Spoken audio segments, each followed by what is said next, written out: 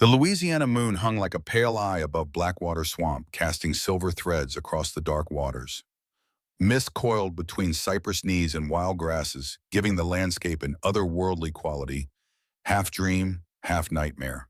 Silas Thorne stood motionless at the edge of his property, his weathered hands gripping the stock of his old Winchester rifle. At 52, his body carried the map of his past, a slight limp from a Confederate bayonet calluses, from years of surgical instruments, followed by years of hard labor and eyes that had seen too much. Something had woken him. Not Thunder's restless nickering from the lean-to stable, nor Sadie's warning growl, something else. A disturbance in the night's rhythm that his years in war had taught him to recognize. He listened, filtering the symphony of frogs, insects, and the occasional splash of something breaking the water's surface. Their voices carried on the night air, coming from the direction of Hangman's Point, where the swamp opened into a small clearing. Normally, Silas would have turned away. Other people's business was something he'd sworn off years ago, along with his medical practice and any claim to the man he once was. But something in the cadence of those voices, a cruel excitement, tugged at him. He moved silently through the underbrush, each step measured to avoid the telltale crack of twigs or splash of mud. Sadie, his hunting dog, followed at his heels, her ears pricked forward, body tense. The moon disappeared behind clouds as Silas crept to the edge of a clearing. In the sudden darkness, the scene before him took a moment to comprehend. A group of men, 5 or 6, their faces hidden by the shadows cast by wide-brimmed hats, stood in a loose circle. Their lanterns cast an amber glow that danced on the surface of the water. In their center, 2 burlier men held something, no someone between them. A woman, young, her dress torn and muddy, her dark hair falling across her face. She struggled weakly against their grip, her strength clearly fading. "The land belongs to Progress, Miss Winters," a cultured voice announced from beneath one of those hats. "Your father was given ample opportunity to accept our generous offer. He would never sell to thieves." The woman spat, her voice hoarse but defiant. The man in charge stepped forward, moonlight briefly illuminating the lower half of his face, clean-shaven, with lips curved in a smile that raised the hair on Silas's neck. "Yet here we stand with the deed in our possession and your father in his grave." He gestured to the swamp around them. "Poetic, isn't it? This land your family clung to so stubbornly will now consume the last of your bloodline." At his nod, the men dragged the woman toward a section of swamp where the mud looked particularly treacherous. Silas felt his pulse quicken. He knew what came next. He'd heard stories of swamp burials during the war, a particularly slow and cruel death reserved for spies and deserters. "You'll be conscious for hours," the leader continued conversationally, as if discussing the weather. "The mud will hold you quite firmly, but it swallows slowly. By dawn, I imagine the water will bubble at your chin. By noon," he shrugged, "well, I doubt anyone will hear your screams out here." The men forced her into the mire, pushing her down until she was waist-deep in the thick mud. She fought, but the more she struggled, the faster she sank. When they finally stepped back, she was buried to her mid-chest, the mud gripping her like a vice. "This land will be cleared, the swamp drained, and Progress will march forward," the leader said, tipping his hat mockingly. "Your stubbornness has gained you nothing but a slow death, Miss Winters." The men turned away, laughing among themselves as they headed back toward their horses. The leader paused, looking back at the woman slowly sinking into the earth. "Consider your final hours a gift, time to contemplate the futility of standing in the way of the inevitable." Their lanterns bobbed away through the trees, voices fading into the night. Silas remained frozen, a war raging inside him. He'd sworn never to get involved again, never to let another human being's fate rest in his hands. The last time he'd made that choice, men had died, his men soldiers who trusted him. The weight of their deaths had driven him here, to this swamp where he could live and die in anonymity. A weak cry broke through his thoughts. The woman was trying to pull herself free, but each movement only seemed to sink her deeper. Her head was thrown back, eyes fixed on the stars appearing as clouds drifted past the moon. "Help, please, someone." Her voice was thin, breaking on the words, "Please." Silas took one step backward, then stopped.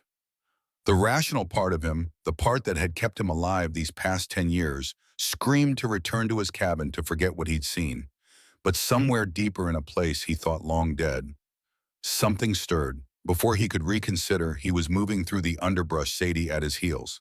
He returned to his cabin at a run, the old limp more pronounced under stress. Inside, he grabbed a coil of rope hanging by the door and his lantern already lit for his nighttime investigation. Thunder nickered nervously as Silas raced past the lean-to. "Not tonight, old friend," he muttered. The horse would be too slow through the swamp terrain. By the time he returned to Hangman's Point, the woman had sunk deeper. The mud now reached her shoulders, her head tilted back to keep her chin above the surface. Her eyes were closed, lips moving in what might have been prayer. "Hold still," Silas called, his voice rough from disuse. Her eyes flew open, wild with fear and desperate hope. "Who's there?" Silas approached the edge of the solid ground, testing each step with a fallen branch to ensure he wouldn't share her fate. Sadie whined behind him, sensing the danger, but unwilling to abandon her master. "I'm going to throw you a rope," Silas said, uncoiling the length of hemp. "Try not to struggle. The more you fight, the faster you'll sink." He fashioned a loop and tossed it toward her. The first throw fell short. He pulled it back and tried again. This time the loop landed near her shoulder. With agonizing slowness, she managed to work one arm free enough to grasp it. "Got it?" she gasped. "Well, wrap it under your arms if you can," Silas instructed, his mind racing through the physics of the situation. The mud created a powerful suction. A straight pull might dislocate her shoulders, or worse. She struggled to comply, her movements growing weaker. "I can't. It's too tight." "Just hold on then." Silas secured his end of the rope around a cypress trunk and began to pull, digging his heels into the soft earth. The rope went taut, straining against the swamp's grip. "It's not working," she cried, panic edging into her voice as the mud continued its inexorable claim. Silas changed tactics. He moved to a different angle, using the tree as a fulcrum point. "When I pull, try to move your body side to side gently. We need to break the suction." He heaved on the rope, the rough hemp cutting into his palms. Blood welled between his fingers as he gripped tighter, throwing his whole weight backward. The woman tried to follow his instructions, her body making small jerking movements in the mire. For a terrible moment, nothing happened. Then, almost imperceptibly, she rose a fraction of an inch. Silas redoubled his efforts, muscles screaming in protest. His bad leg threatened to buckle, but he locked his knee, refusing to yield. The sucking sound of the mud releasing its grip was the sweetest thing he'd heard in years. Once the seal was broken, her progress accelerated. Inch by agonizing inch, he pulled her from the swamp's clutches until finally, with one last desperate heave, she came free with a wet sound like a cork pulled from a bottle. She collapsed on the relatively solid ground at the swamp's edge, gasping and trembling. Mud covered her completely, making her look like some primordial creature just emerged from the earth. Only her eyes, wide and shocked, revealed her humanity. Silas approached cautiously, his physician's eye automatically cataloging her condition. Hypothermia from the cool night air and wet mud. Possible contusions from rough handling. Shock, both physical and psychological. Breathing labored but present. Pulse, he would need to check that. He knelt beside her. "Can you stand?" She tried to respond, but could only cough, muddy water spilling from her lips. She attempted to rise, made it to her hands and knees, then collapsed again. Without further deliberation, Silas handed the lantern to Sadie. The dog had been trained to carry items in her mouth, and carefully lifted the woman. She weighed almost nothing in his arms, though the mud added considerable heft to her sodden clothing. "My cabin's not far," he said, more to fill the silence than expecting a response. "You'll be safe there." She didn't answer. Her head lolled against his shoulder, eyes fluttering closed. Not good. The cold and shock were taking their toll. He needed to get her warm and dry quickly. Silas moved as fast as his bad leg would allow, Sadie trotting ahead with the lantern, illuminating the safest path through the treacherous terrain. Each step was an exercise in balance. The ground alternated between deceptively solid-looking patches that could give way without warning and obvious mires to be avoided. One wrong step could mean both their deaths. By the time his cabin came into view, a simple structure of weathered cypress and a tin roof that gleamed dully in the moonlight, Silas's arms burned from the strain. The woman had not stirred once during the journey, her breathing shallow but present. Thunder whickered softly from the lean-to as they approached, the horse's large eyes reflecting the lantern light. Silas shouldered open the cabin door, ducking to enter the low door frame. Inside, embers still glowed in the small iron stove. He gently laid the woman on his narrow cot, the cabin's only bed, and quickly stoked the fire, adding small sticks and then larger logs until flames licked eagerly at the new fuel. Light and warmth gradually reclaimed the single room from darkness. Silas worked with methodical efficiency, falling back on training that had once been as natural as breathing. He filled his largest pot with water and set it on the stove to heat. From a chest beneath the window, he retrieved clean cloths, a blanket, and the small leather medical kit he'd kept despite everything. The woman remained unmoving, her mud-caked form a dark silhouette against his faded quilt. Her eyes were open now, staring blankly at the ceiling, but Silas recognized the thousand-yard stare of profound shock. Her mind had retreated from whatever horror she'd endured. "I need to clean these wounds," he said, keeping his voice steady and professional. "You're safe now, but we need to prevent infection." No response. He hadn't expected one. With practiced hands, he began to cut away the ruined dress, preserving her modesty as much as possible while exposing areas that needed treatment. The mud had soaked through everything, making the fabric cling to her skin like a second layer. As he worked, Silas maintained a gentle monologue explaining each action before taking it a habit from his days treating shell-shocked soldiers. "I'm going to clean the mud from your arms now. The water is warm, not hot. You'll feel a cloth on your right arm first." The work was slow and painstaking. Beneath the mud, her skin was pale as milk, marred by scratches and bruises in various stages of healing. Recent injuries layered over older ones. Someone had been hurting this woman long before tonight. When he reached her right shoulder, Silas's hand stilled. There, burned into the flesh, was a mark, the letter R, in a circle. The scar was old, at least several months, the skin puckered and shiny. He recognized it immediately and felt a chill that had nothing to do with the night air. The Redeemers. A secretive group that had formed after the war dedicated to redeeming the South from what they saw as Northern oppression and carpetbagger influence. They had started as political agitators, but had evolved into something darker, night riders who used terror and violence to maintain what they called the natural order. Silas had treated victims of their handiwork before he'd abandoned his practice. The brand was their signature, reserved for those they considered traitors to the Southern cause. What had this woman done to earn their enmity? Or was she marked as property, a warning to others? He continued his work, troubled by the discovery, but keeping his expression neutral. More important now was treating her immediate injuries. The philosophical implications could wait.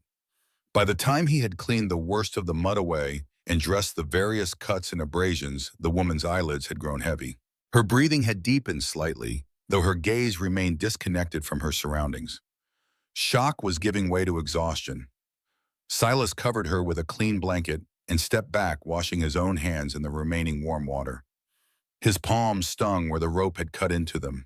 He wrapped a clean cloth around each hand, tying the ends with his teeth. "Rest now," he said, though he doubted she heard him. "You're safe here." As if in response, her lips moved, forming words too soft to hear. Silas leaned closer. "They took everything," she whispered, eyes fixed on something he couldn't see. "Father said, don't sell. The map. The treasure." Her words slipped into incoherence, then silence as sleep finally claimed her. Silas straightened, considering the fragments. A land dispute, clearly. The men had mentioned a deed. Her father, presumably now dead, had refused to sell property. That this group, possibly the Redeemers, possibly the railroad company they'd mentioned, wanted badly. But what map? What treasure? Silas examined the pile of muddy clothes he'd cut away. The dress was ruined beyond salvation, but he carefully went through the pockets and folds, searching for anything that might shed light on the situation. In a hidden pocket sewn into the waistband, his fingers found a small, sodden piece of what felt like leather. He carefully extracted it, a scrap of cured animal hide, soft with age and nearly ruined by its immersion in the swamp. Faint markings were still visible, though the mud and water had rendered most illegible. He could make out only a few words, "Hu mo, hoidao, kuikung," and some smudged numbers. A cemetery. The words were unfamiliar, not English, perhaps French, or one of the local Creole dialects. And numbers, coordinates, possibly. Silas was about to examine it more closely when Sadie suddenly raised her head, a low growl building in her throat. Her eyes fixed on the window hackles rising. Silas doused the lantern immediately, leaving only the orange glow of the stove to illuminate the cabin. He moved to the window, careful to stay to the side rather than silhouette himself against the light. Outside, the night had grown quiet, too quiet. The chorus of frogs and insects that formed the swamp's nightly symphony had fallen silent.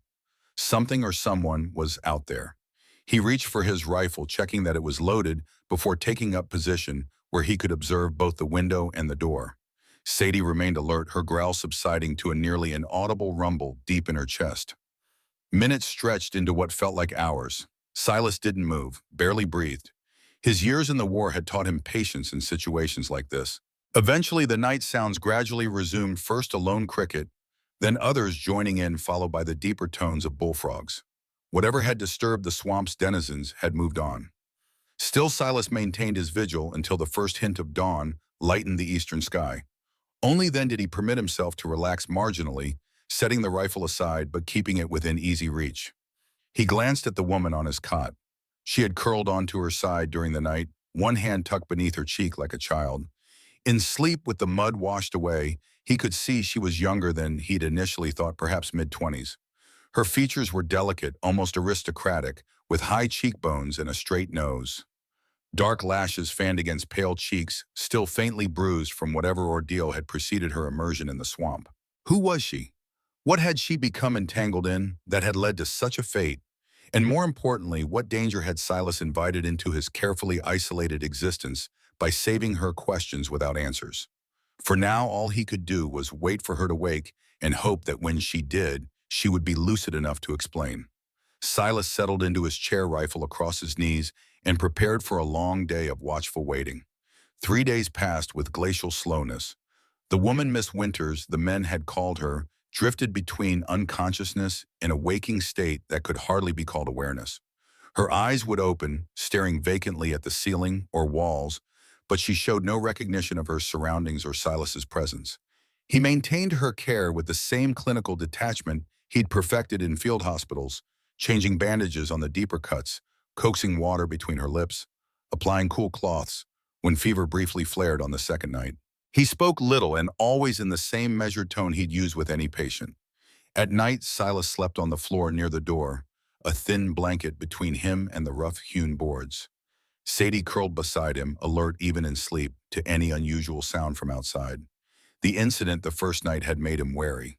Someone had been watching the cabin, he was certain of it. Whether they had followed him from the swamp or had other means of knowing what had transpired, he couldn't say. But they hadn't returned, or at least hadn't been detected if they had. On the morning of the fourth day, Silas was whittling by the open door, a habit he'd developed during long, quiet nights in field hospitals. The small piece of cypress was gradually taking the shape of a bird, a wren, its head tilted as if listening for danger. The repetitive motion of the knife against wood was meditative, allowing his mind to work through problems while his hands stayed occupied. A change in the rhythm of breathing from the cot drew his attention. Miss Winters had turned her head, her eyes tracking the movement of his hands with the first hint of focus he'd seen. Silas continued whittling, not wanting to break whatever fragile connection had formed. "Good morning," he said, his voice carefully neutral. "You're safe. You're in my cabin about a mile east of where I found you." She didn't respond verbally, but her eyes shifted from his hands to his face, a furrow appearing between her brows. "Progress of a sort. You've been here 3 days now. You had a fever the second night, but it's passed. The cuts on your arms and legs are healing clean." He kept his tone clinical, factual, the voice of a doctor reporting a patient's condition. Silas set aside the carving and moved to the stove where a pot of broth simmered.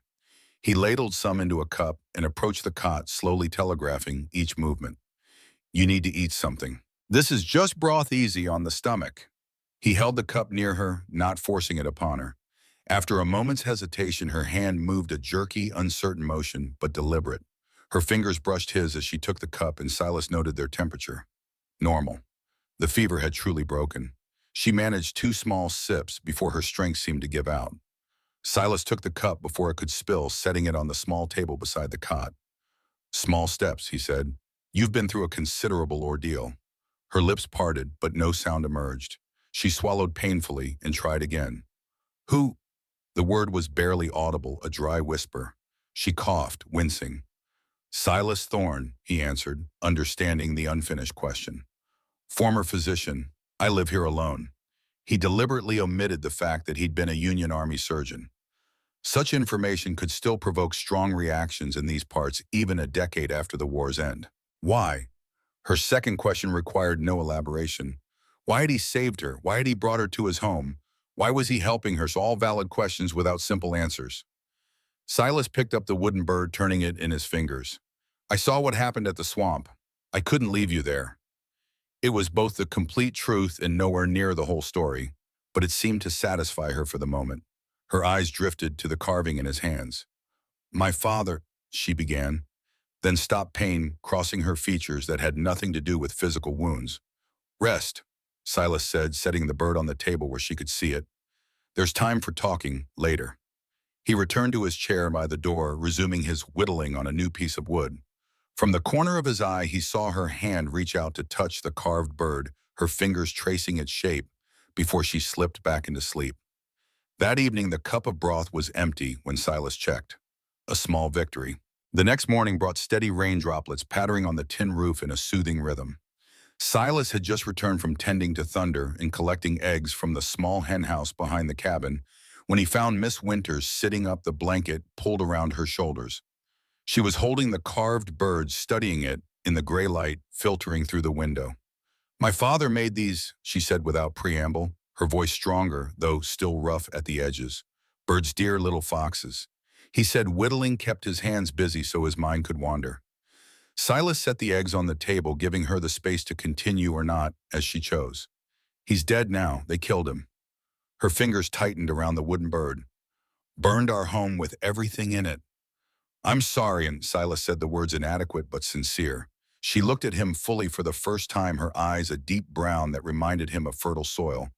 Why did you save me, Mr. Thorne? Really? Silas considered deflecting again but found he couldn't. Something in her direct gaze demanded honesty.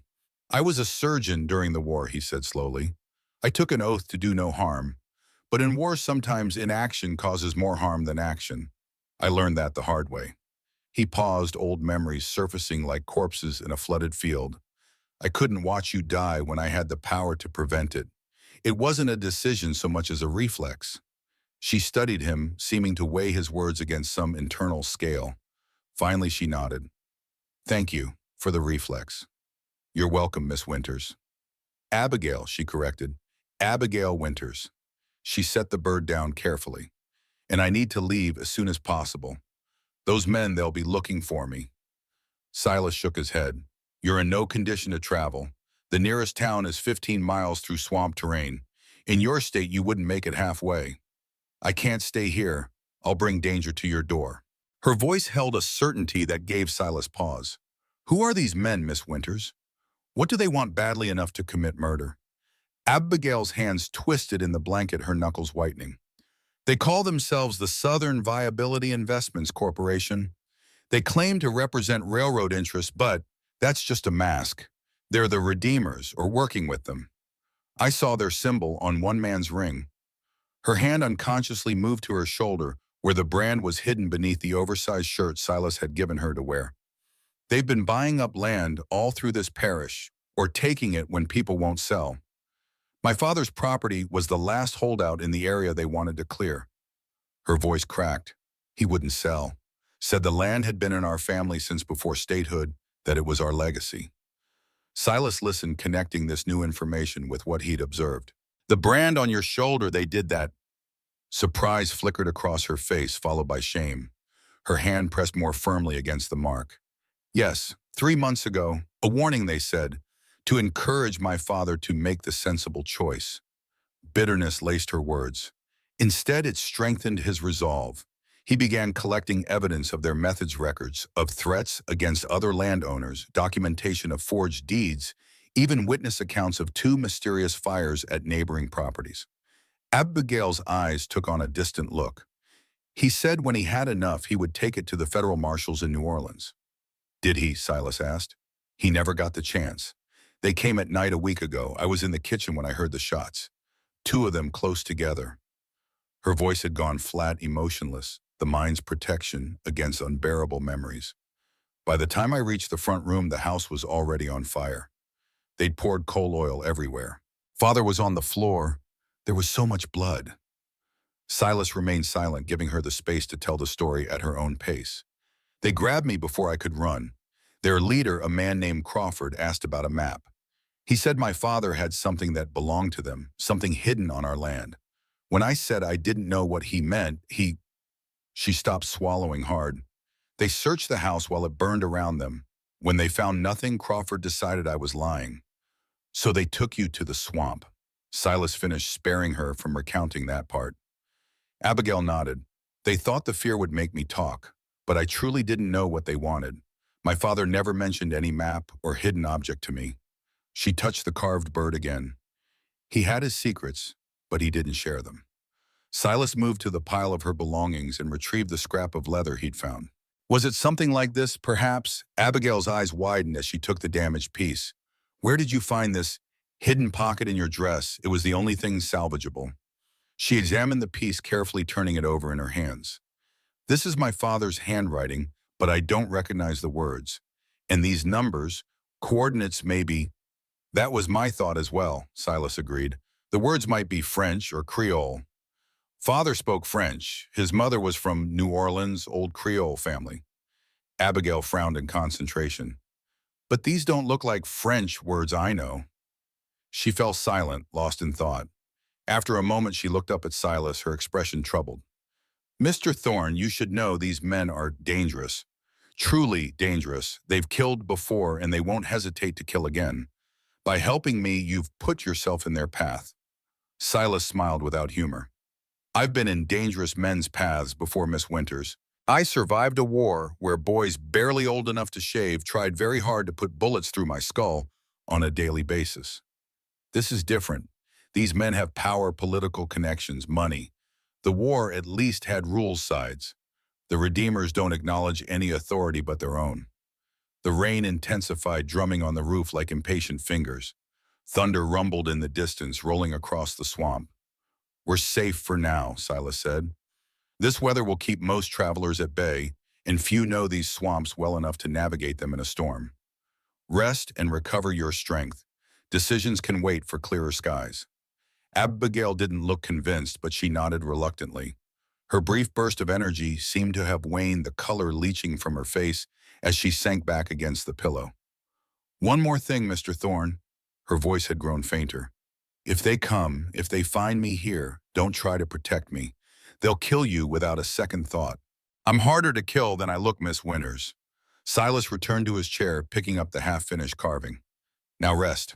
Doctor's orders. She didn't argue further, her eyelids already drooping. Within minutes, her breathing had deepened into sleep. Silas continued carving his thoughts, turning over the new information. The Redeemers' involvement complicated matters significantly. If they were backing this Southern Viability Corporation, they had a purpose beyond simple land acquisition. The Redeemers were fanatics driven by ideology rather than mere profit. And they were looking for something specific, something hidden on the Winters property, something important enough to kill for. The leather scrap might be the key, but in its damaged state, it offered more questions than answers. Perhaps when Abigail was stronger, they could piece together its meaning. For now, Silas could only watch and wait and prepare for the possibility that his isolated existence was about to become considerably more complicated. The storm continued through the day and into the night, the rain sometimes slackening to a gentle patter before renewing its assault with vindictive intensity. Silas used the enforced confinement to take stock of his supplies. If they were to be besieged, a distinct possibility, if the Redeemers discovered Abigail's survival, he needed to be prepared. Ammunition for the Winchester in his old army Colt. Dried meat and beans. Coffee running low, but enough for another week. Medical supplies always carefully maintained, despite years without patients. Water wouldn't be a concern with the rain cistern full. He could withstand a siege of sorts, but for how long? And to what end? Eventually, he would need to venture into town for supplies or seek help from outside. The isolation that had been his refuge now revealed itself as a potential trap. As dusk approached, Abigail woke again, more lucid this time. She accepted a bowl of bean soup, eating slowly but with evident hunger. Color had returned to her cheeks, and the vacant look in her eyes had been replaced by a wary alertness. She was healing physically, at least. You were a Union surgeon, she said suddenly, breaking the silence that had stretched between them. Silas looked up from cleaning his rifle. Yes, how did you know? You talk in your sleep. Her eyes held no accusation, merely observation. Last night you were calling out orders, something about tourniquets and morphine. You mentioned Chancellorsville. Silas set the rifle aside, uncomfortable with the revelation. I apologize if I disturbed your rest. You didn't. I was already awake. She hesitated. You sounded tormented. War leaves its marks, Miss Winters, some visible, he gestured to his bad leg, others less so. I didn't mean to pry, it's just she stopped, reconsidering her words.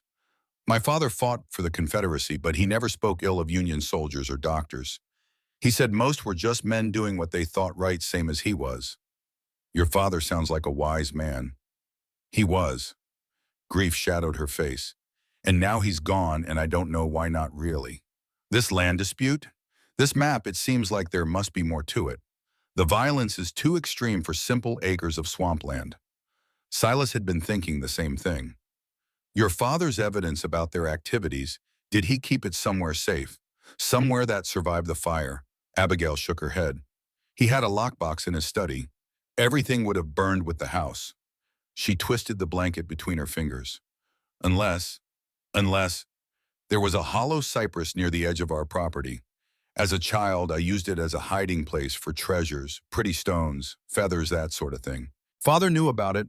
If he suspected danger, he might have hidden something there. It's a possibility worth exploring when you're stronger and the weather clears, Silas agreed. Abigail was quiet for a moment, then asked, Why do you live out here, Dr. Thorne? So far from everything. The question caught him off guard. Few people had asked him that directly, and fewer still had received an honest answer. But after what she had shared, evasion felt dishonorable. I came here to disappear, he said finally. After the war, I made a choice that cost lives. Lives I was sworn to protect. I couldn't practice medicine anymore, not with that on my conscience. So I found the most isolated piece of land I could afford and built this cabin. What happened? Her voice was soft, without judgment. Silas stood, moving to the window where the rain lashed against the garrison horizontal sheets. Chancellorsville, like you heard. I was assigned to a forward aid station. We were overrun during the Confederate flanking maneuver. In the chaos, I had to choose evacuate with the wounded who could be moved or stay with those too critical to transport. The memory was so vivid he could smell the canvas tents, the blood, the gunpowder on the wind. I chose to stay, against orders. I couldn't abandon men who would certainly die without care. His hand tightened on the window frame. But there was more to it. A local family, the Mackenzies, had taken shelter in the aid station. A mother, two young children. If I evacuated with the wounded, they would be left behind. So you stayed for them too, Abigail surmised. Yes, but my decision had consequences. The men I sent ahead, they ran into a Confederate patrol. 3 died. Men under my protection. The old guilt rose like bile. My commanding officer, Colonel Briggs, he was one of them. He'd trusted me, and I betrayed that trust. For what? To save civilians who should never have been near a battlefield in the first place. You made an impossible choice, Dr. Thorne. I made the wrong choice, Silas corrected, his voice flat, and men died because of it. My career in the Army ended, of course. Dishonorable discharge. I tried private practice afterward, but the nightmares, seeing the faces of those men in every patient. He shook his head. Eventually, I stopped fighting it and came here, where I can't hurt anyone else through my decisions. Abigail was silent for a long moment. Then carefully she asked, What happened to the family, the Mackenzies? They survived. The mother wrote to me once after, thanking me. He laughed without humor, as if I deserved thanks. You do, Abigail said firmly. You saved them when you could have abandoned them. That counts for something, doesn't it? Silas turned from the window to look at her. Perhaps, but it doesn't balance the scales. He picked up the rifle again, checking the action. You should rest more. Tomorrow may bring clearer weather and decisions with it. Abigail recognized the dismissal for what it was and didn't press further.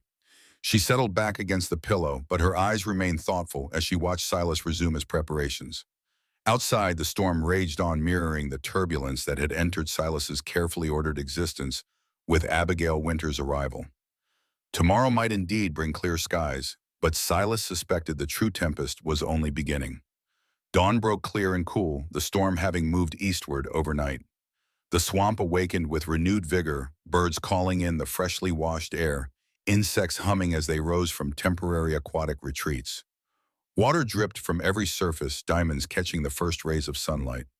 Silas stepped onto the small porch, coffee mug in hand, surveying his domain with a practiced eye. The storm had left its mark a branch down near the henhouse, the path to the well now a shallow stream, Thunder's lean-to missing a section of roof that would need repair.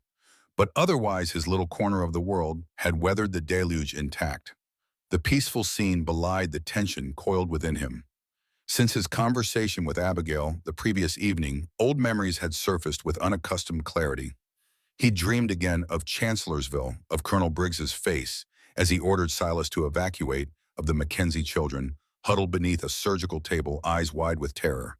He'd woken before dawn, drenched in sweat despite the cool air, the echo of artillery fire still ringing in his ears. Such dreams were not uncommon, but their vividness had increased since Abigail's arrival, as if her presence had somehow breached the walls he'd built around his past. The cabin door creaked open behind him. Abigail emerged, looking steadier on her feet than she had the day before. She'd fashioned a crude belt from a strip of cloth to keep Silas's oversized shirt from swallowing her small frame. Her hair, now dry and combed with fingers, hung in dark waves past her shoulders. "Good morning," she said, her voice stronger than it had been. Silas nodded acknowledgement, extending his coffee mug and offering. She accepted it gratefully, taking a small sip before returning it. "The storm's passed," she observed, gazing out at the glistening swamp. "I should do the same." "You're still weak," Silas countered, though without much conviction. In truth, her recovery had been remarkable. The resilience of youth, perhaps, or simply the human spirit's determination to survive. "I'm well enough to travel, thanks to your care." Abigail turned to face him, her expression resolute. "But each day I stay puts you in greater danger. These men, they're methodical. They'll check the swamp to confirm my death. When they don't find a body, they'll start searching." "Let them search. This swamp covers 50 square miles of near impenetrable terrain. Unless they know exactly where to look, finding this cabin would be like finding a specific fish in the Mississippi. You don't understand. They're not acting alone.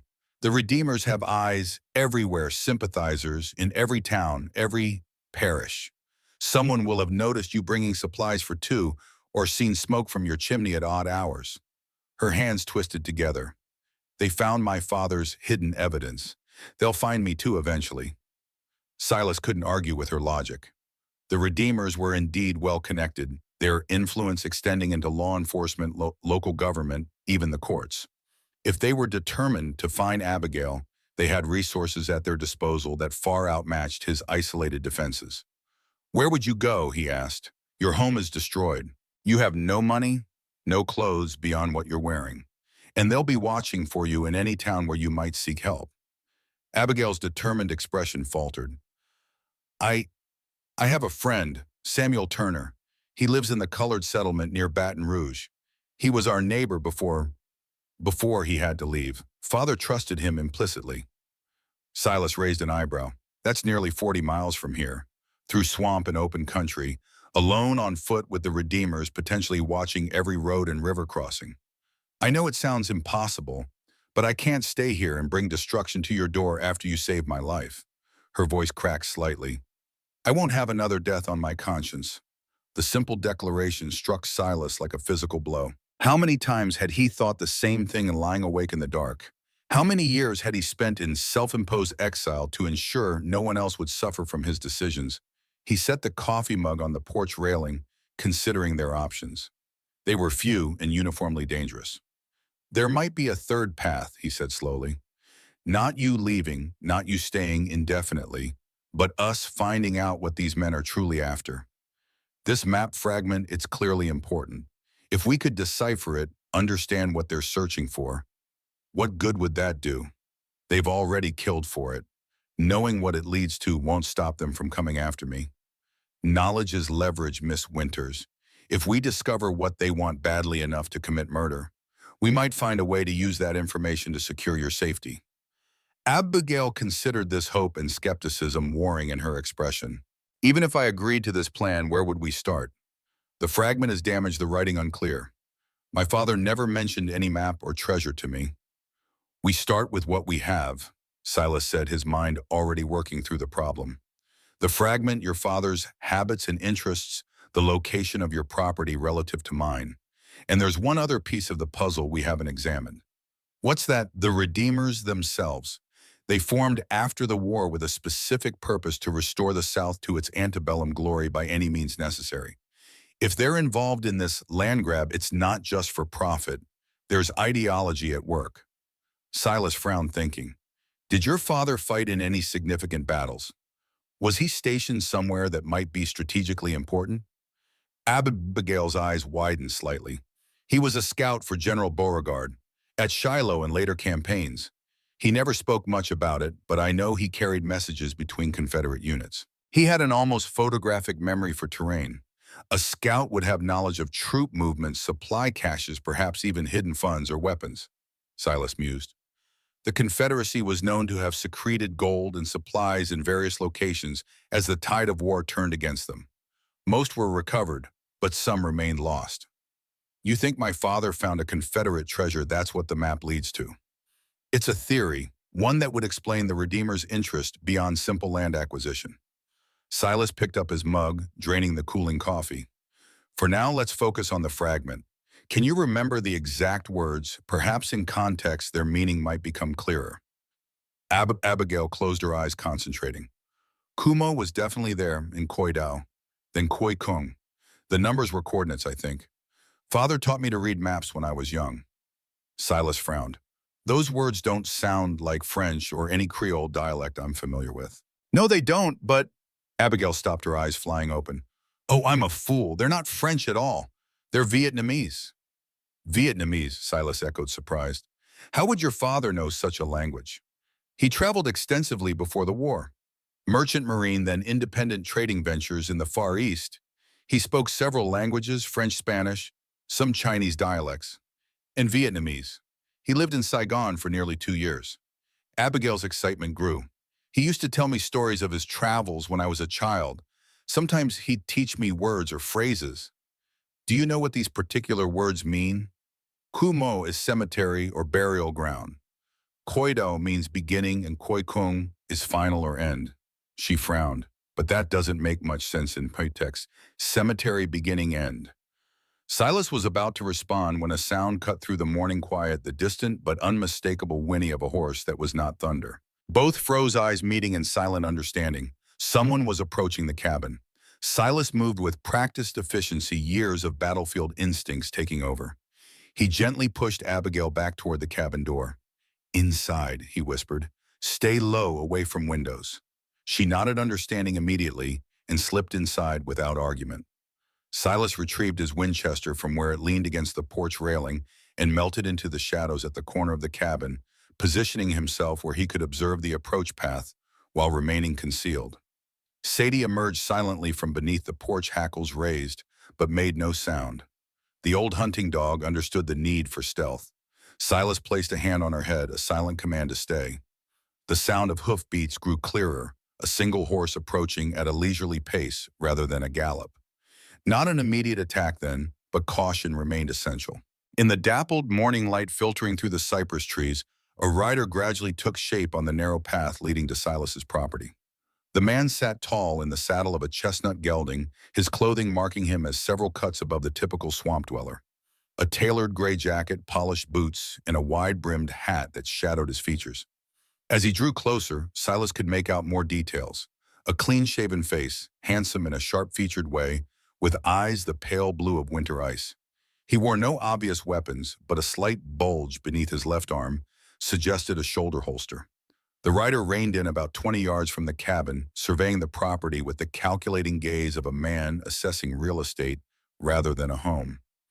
Hello, the cabin, he called, his voice carrying a cultured accent that hinted at education and old money. Is the proprietor available for a word? Silas remained still, weighing his options. To reveal himself meant potentially exposing Abigail if this was one of the Redeemers. To remain hidden would only delay the inevitable. The man had clearly seen the signs of habitation. After a moment's consideration, Silas stepped into view, keeping the Winchester held casually but ready. "State your business," he called back, his voice roughened by years of disuse. The rider smiled a practiced expression that never reached those cold eyes. "Ah, excellent. Good morning to you, sir." He touched the brim of his hat in a gesture of genteel greeting. "My name is Ezekiel Crawford, legal representative of the Southern Viability Investments Corporation." He reached slowly into his breast pocket, telegraphing the movement to avoid alarming Silas. "I have credentials if you'd care to inspect them." Silas made no move to approach. "What brings a corporate lawyer to my doorstep, Mr. Crawford? I don't recall requesting legal counsel." Crawford's smile remained fixed as he returned the papers to his pocket. "Direct and to the point. I appreciate that quality, Mr. Thorne." "Mr. Thorne, a pleasure." Crawford dismounted with fluid grace, looping his horse's reins over a low branch. "I'm here on a matter of potential mutual benefit. My company has acquired significant land holdings in this region for an exciting development project. Your property represents a small but crucial piece of this larger vision." He gestured expansively at the surrounding swamp.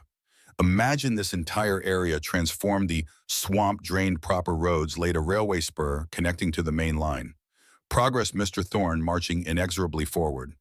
The new South rising from the ashes of the old." Silas's expression remained impassive. "This land isn't for sale." "Everyone says that initially," Crawford responded unperturbed, before hearing the offer. He named a figure that was indeed substantial, 4 times what the property might reasonably be worth. "Cash in hand, Mr. Thorne, today if you're amenable. As I said, not for sale, at any price." Crawford's smile tightened almost imperceptibly. He took a step closer, glancing around the modest clearing, his gaze lingering on the weathered cabin, the patched lean-to, the small garden plot. "You live simply, Mr. Thorne, alone from all appearances. A man in your position might benefit from such a windfall, perhaps relocate to more civilized surroundings." "I prefer the swamp," Silas replied evenly. "It's selective about its company." A flicker of annoyance crossed Crawford's face before the practiced smile returned. "I admire your attachments to your homestead, truly, but I fear you may not fully understand the situation." His tone shifted, subtly hardening beneath the veneer of civility. "Southern Viability has already secured the surrounding properties. The Robichaux tract to the west, the Miller Place south of here, and most recently the Winters estate to the east." At the mention of the Winters property, Silas kept his expression carefully neutral, though his grip on the Winchester tightened fractionally.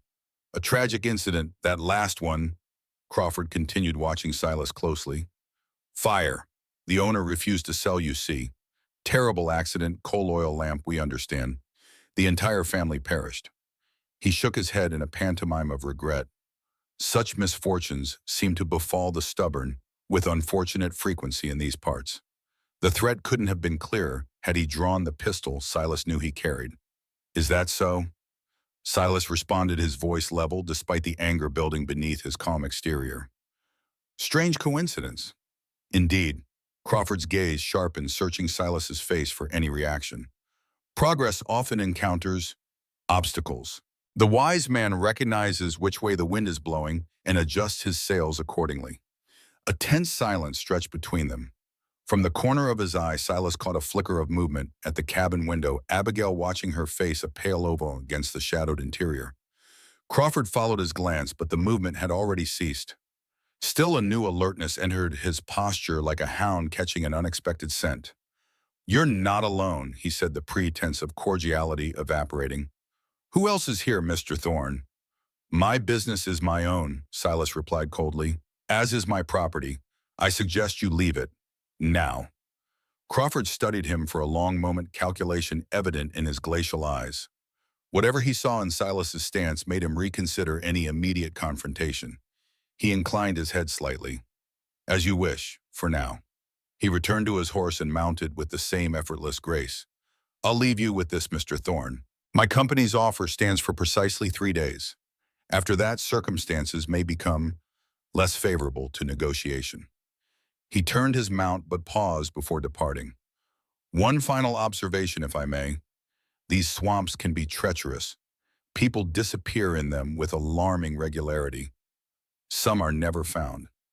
His smile returned sharp as a blade. Something to consider when weighing your options. With a tip of his hat, Crawford urged his horse forward, soon disappearing among the cypress trees. Silas remained motionless until the sound of hoofbeats faded completely, then waited several minutes more. Only when he was certain Crawford had truly departed did he lower the rifle and release the breath he'd been holding. Sadie whined softly, pressing against his leg. The dog sensed his tension, the banked fury at Crawford's thinly veiled threats. The cabin door opened, and Abigail emerged, her face ashen. "That was him," she whispered, her voice trembling slightly. "That was the man who ordered them to put me in the swamp. I recognized his voice." Silas nodded, unsurprised. The cold calculation in Crawford's manner matched the cruelty of condemning a woman to a slow death by suffocation in mud. "He didn't recognize you," Silas observed. "He believes you're dead."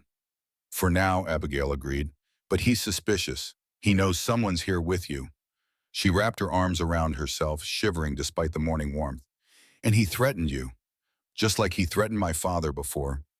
She couldn't finish the sentence. Silas considered their options, none of them good. Crawford would return, that much was certain. The question was when and with how many men. The 3-day deadline was likely a fiction, a way to keep Silas in place while they prepared whatever less favorable circumstances awaited. "We need to decipher that map fragment," he decided. "It's the key to understanding what they're truly after. If it's valuable enough to kill, for it might be valuable enough to use as leverage." Abigail nodded, gathering herself. "You're right, and I think I can help translate the Vietnamese words now that I've had time to think. Father used to employ a simple substitution cipher in his journals, replacing English words with their Vietnamese equivalents. It was his way of keeping certain information private." They returned inside, where Silas retrieved the leather fragment from its hiding place beneath a floorboard. The rain had caused the material to contract as it dried, making some of the markings clearer while obscuring others. Abigail studied it intently. "Yes, these are definitely Vietnamese words used in Father's cipher. Kumo means cemetery, as I said before, but in his code it likely refers to a battlefield burial site, something temporary, not a formal graveyard." "That fits with Confederate practice," Silas noted. "During retreats, they often buried supplies alongside the dead, intending to retrieve them later when they reclaimed the territory." "Exactly, and these other terms, Khoi Dao and Khoi Kung, beginning and end, they're directional markers in Father's system. Starting point and destination." Her finger traced the faint numbers visible on the fragment. "These look like coordinates, but they're incomplete. Parts are missing or faded." Silas spread an old map of the parish on the table. "If we can determine even one set of coordinates, we might narrow down the search area." Together, they pored over the map, comparing the partial numbers to possible locations. After nearly an hour of frustration, Abigail sat back, rubbing her eyes. "It's useless without the complete sequence. The fragment is too damaged." Silas studied the leather piece again, turning it over in his hands. Something about its texture nagged at his memory. "This isn't ordinary leather," he realized suddenly. "It's rawhide, untanned hide that's been stretched and dried. Used for drumheads sometimes, or map cases." Abigail finished, eyes widening. "Father had one, a rawhide tube for carrying maps in the field. He said it protected them from rain and damage." "This isn't just a fragment of the map," Silas said, excitement entering his voice. "It's a piece of the case that held it. The map itself might still exist. But where the house burned to the ground." Silas carefully re-examined the rawhide piece. "Were there any outbuildings on your property that might have survived a well house, a root cellar?" Abigail thought for a moment. "The spring house, maybe. It was stone set into the hillside behind the main house. We used it for keeping milk and butter cool." Her expression brightened. "And Father sometimes used it as a quiet place to work and when the house was too chaotic. He had a small desk there." "That's our next move, then. We check the spring house for the complete map." Silas began gathering supplies, water, ammunition, basic provisions. "We'll leave at dusk. Less chance of being seen that way." "Crawford said he'd return in 3 days," Abigail reminded him. "Crawford lied," Silas replied grimly. "He'll be back sooner with men. We need to be gone before then." As Silas continued preparations, Abigail touched his arm, stopping him. "Why are you doing this, Dr. Thorne? You could have handed me over to Crawford or simply told me to leave. You'd be safer without me here. Silas considered the question one he'd been asking himself since pulling her from the swamp. The answer came with surprising clarity. Because it's the right thing to do, he said simply, and because I've spent 10 years hiding from the world atoning for lives I couldn't save. Perhaps it's time I tried saving one I can. They left as planned at dusk when the swamp transformed into a realm of shadows and whispers. Silas led the way, Winchester in hand, Sadie ranging ahead as their scout. Abigail followed close behind, dressed in a spare shirt and trousers that Silas had cut down to fit her smaller frame. A broad-brimmed hat concealed her distinctive dark hair. The journey to the Winters property would take approximately 2 hours on foot, longer than if they'd taken Thunder, but the horse would have been too conspicuous and restricted to the few passable trails. On foot, they could traverse the labyrinthine paths only locals knew, moving between hummocks of solid ground and across the shallow stretches of swamp on fallen logs or natural stone bridges. They traveled in silence, communication limited to hand signals and the occasional whispered direction. Night creatures watched their passage with luminous eyes, raccoons pausing in their foraging, a hunting owl swooping silently overhead, once even the sinuous form of an alligator sliding beneath the dark water beside their path. Abigail moved with surprising sureness, her body regaining strength with each passing day. Occasionally, Silas would offer a hand across a particularly treacherous stretch, but she managed most obstacles independently. Her resilience impressed him. She'd endured trauma that would have broken many, yet here she was pushing forward with grim determination. As they neared the Winters property, a new smell entered the humid air, the acrid tang of burned wood and melted metal still potent days after the fire. Abigail faltered for the first time, her breathing quickening.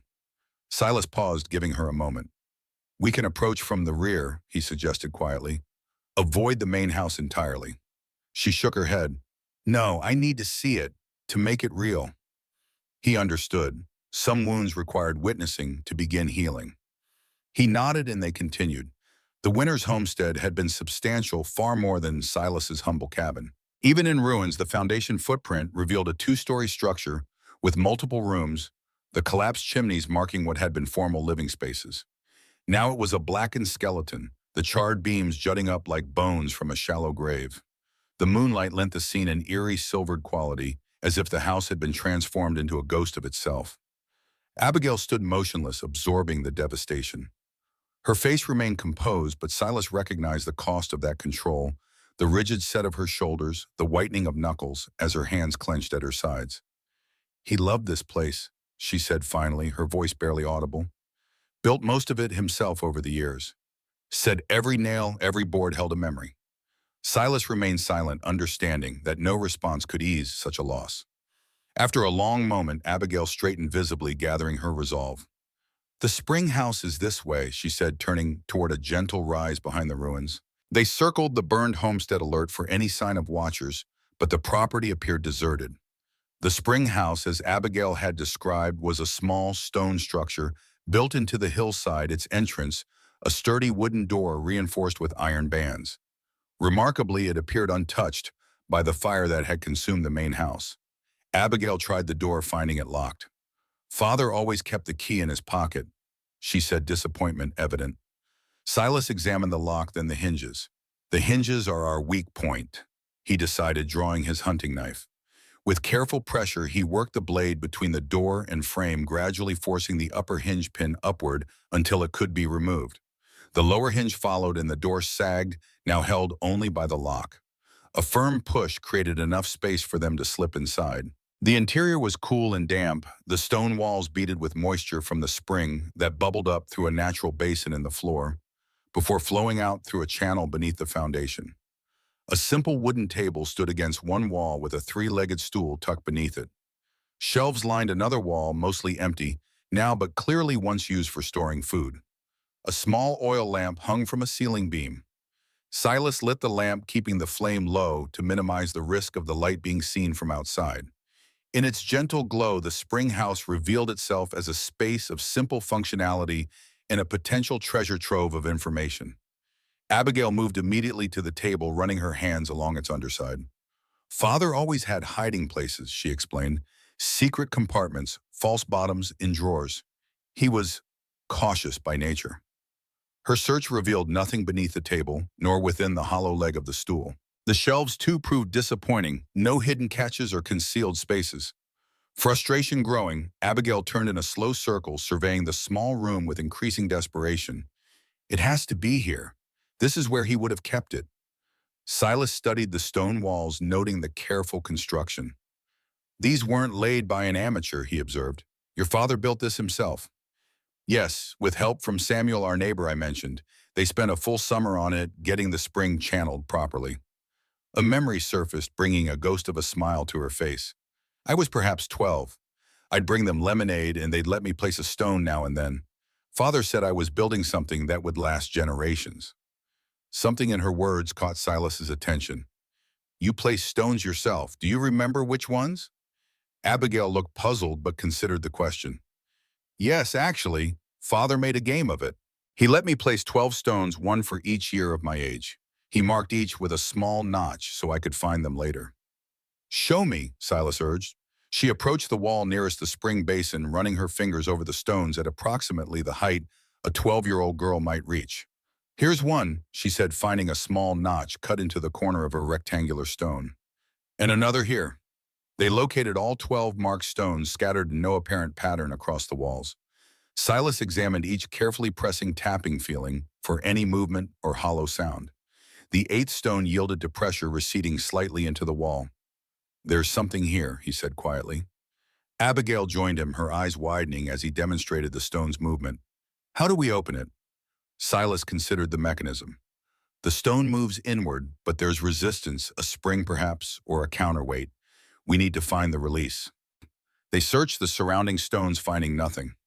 Silas stepped back, considering the problem from a different angle. Your father was methodical. The 12 stones must work together somehow. Abigail's brow furrowed in concentration. 12 stones placed by a 12-year-old. Her expression suddenly cleared. My birthday, the month and day, December 8th, 12 and 8. She pressed the 12th stone and the 8th stone in sequence. A faint click sounded from within the wall, and a section beside the spring basin swung inward, revealing a small cavity. Within lay a metal tube, tarnished but intact, approximately 18 inches long and 3 inches in diameter. Abigail retrieved it with trembling hands. This is it. Father's map case. The tube was sealed with a tight-fitting cap. Abigail twisted it carefully, the metal resisting briefly before yielding with a squeak of corrosion. From within, she withdrew a roll of oilcloth bound with a leather thong. They spread the contents on the table, revealing 3 items: a detailed map drawn on vellum, a small leather-bound journal, and a folded letter sealed with wax. The map confirmed their theory. It showed the parish in meticulous detail, with specific locations marked by numbers that corresponded to a key in the corner. One location was circled prominently, a former battlefield site approximately 5 miles northwest of their current position. Shiloh's Crossing. Abigail read, recognizing the site. There was a skirmish there in '63. Not a major battle, but strategic. It controlled access to the Red River during high water. Silas examined the journal, finding it filled with tight, precise handwriting, records of troop movements, supply caches, and coded messages. The entries dated from the middle years of the war, when Confederate fortunes had begun to wane. Your father wasn't just a scout, Silas realized, turning pages. He was intelligence, gathering and transmitting sensitive information. He paused at a particular entry. Listen to this. Shipment secured at designated location. 18 crates contents is inventoried. Primary objective achieved despite interference from seized men. Secondary cache established at fallback position. Full documentation with T for safekeeping. What does it mean? Abigail asked, leaning closer to see the journal. I believe your father helped hide something valuable during the Confederate retreat, something that was never recovered after the war. Silas turned to the sealed letter, the final piece of their puzzle. May I? Abigail nodded. Silas carefully broke the wax seal and unfolded the letter. The paper was high quality, the handwriting different from that in the journal, more refined, with flourishes that suggested education and position. To whom it may concern, Silas read aloud. Should this letter find its way to honorable hands, know that the bearer holds a trust of the utmost importance to our cause. The materials secured at Shiloh's Crossing represent not merely material wealth, but the very foundation upon which our new nation might rise again from defeat. Guard them well, for they contain truth that would shake the pillars of the victor's justice. In sacred trust, Jefferson Davis. The signature at the bottom was unmistakable, the President of the Confederate States himself. Jefferson Davis wrote to my father. Abigail's voice held wonder and confusion in equal measure. "This is no ordinary war treasure," Silas said slowly, the implications becoming clear. "Not gold or weapons or supplies. This is information, something the Confederacy considered valuable enough to hide rather than destroy when defeat became inevitable. Something that even a decade after the war remains explosive. And Crawford the Redeemers they wanted. But why now, after all these years?" Silas considered the question. "The political climate is changing. Federal troops have withdrawn from the South. The old power structures are reasserting themselves. If this information could somehow undermine the legitimacy of Reconstruction or provide leverage against the federal government it would serve the Redeemers' goal of returning the South to its antebellum state." Abigail finished understanding dawning, including its institutions. "Exactly." Silas carefully refolded the letter. "Your father discovered this cache, or at least its location, perhaps accidentally, perhaps deliberately. Either way, he recognized its significance. And its danger," Abigail added softly. "He never told me because he was protecting me." A sudden noise from outside, the soft whinny of a horse, froze them both.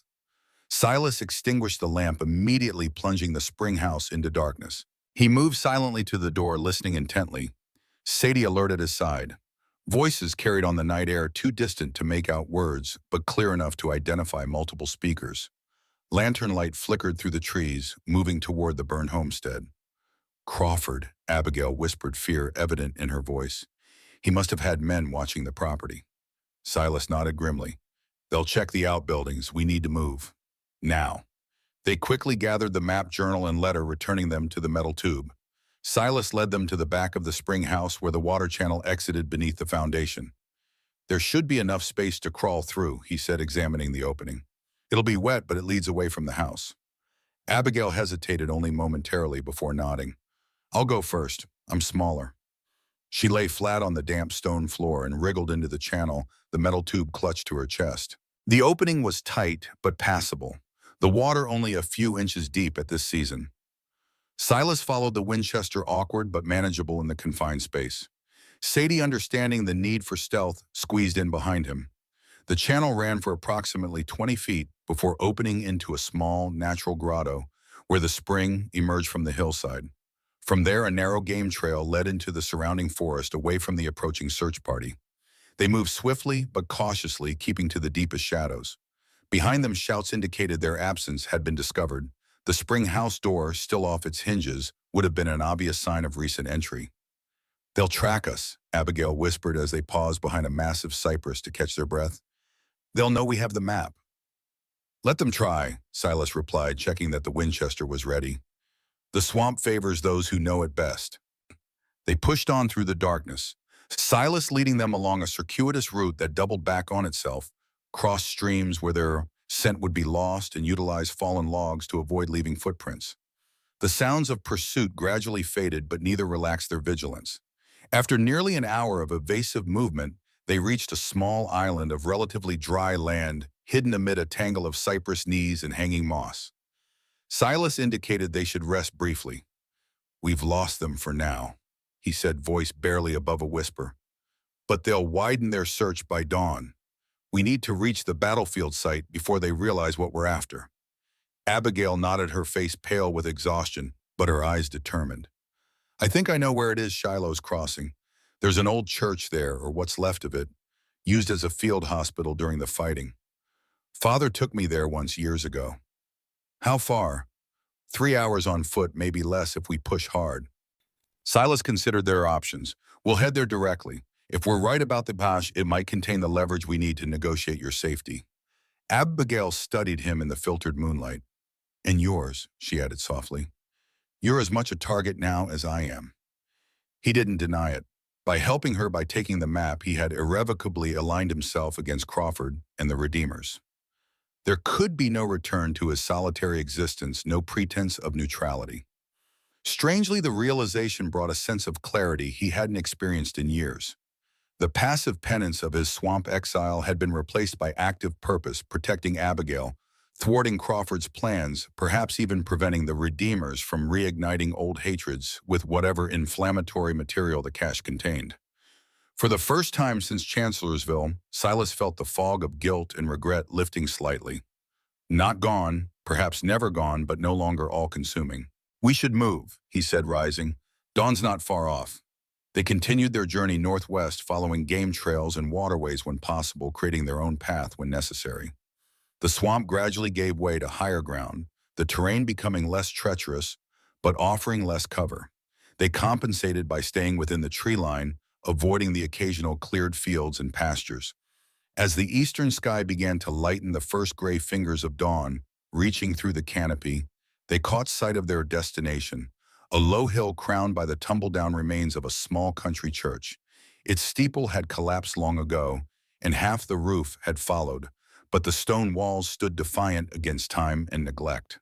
The surrounding grounds, once a cemetery, had been reclaimed by nature, the few remaining headstones listing at odd angles like rotten teeth in a neglected mouth.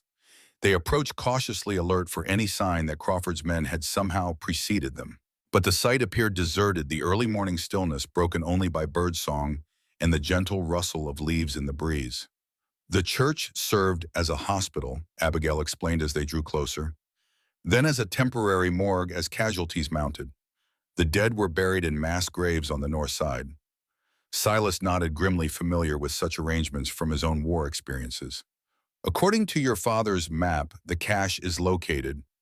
There, Abigail pointed to a particular spot on the map, then oriented herself to the actual landscape, beneath the old oak that stands apart from the others. The tree in question was massive, its sprawling branches creating a canopy that could shelter dozens. Unlike the other vegetation that had encroached upon the cemetery, this oak stood in a clearing, as if the other plants maintained a respectful distance.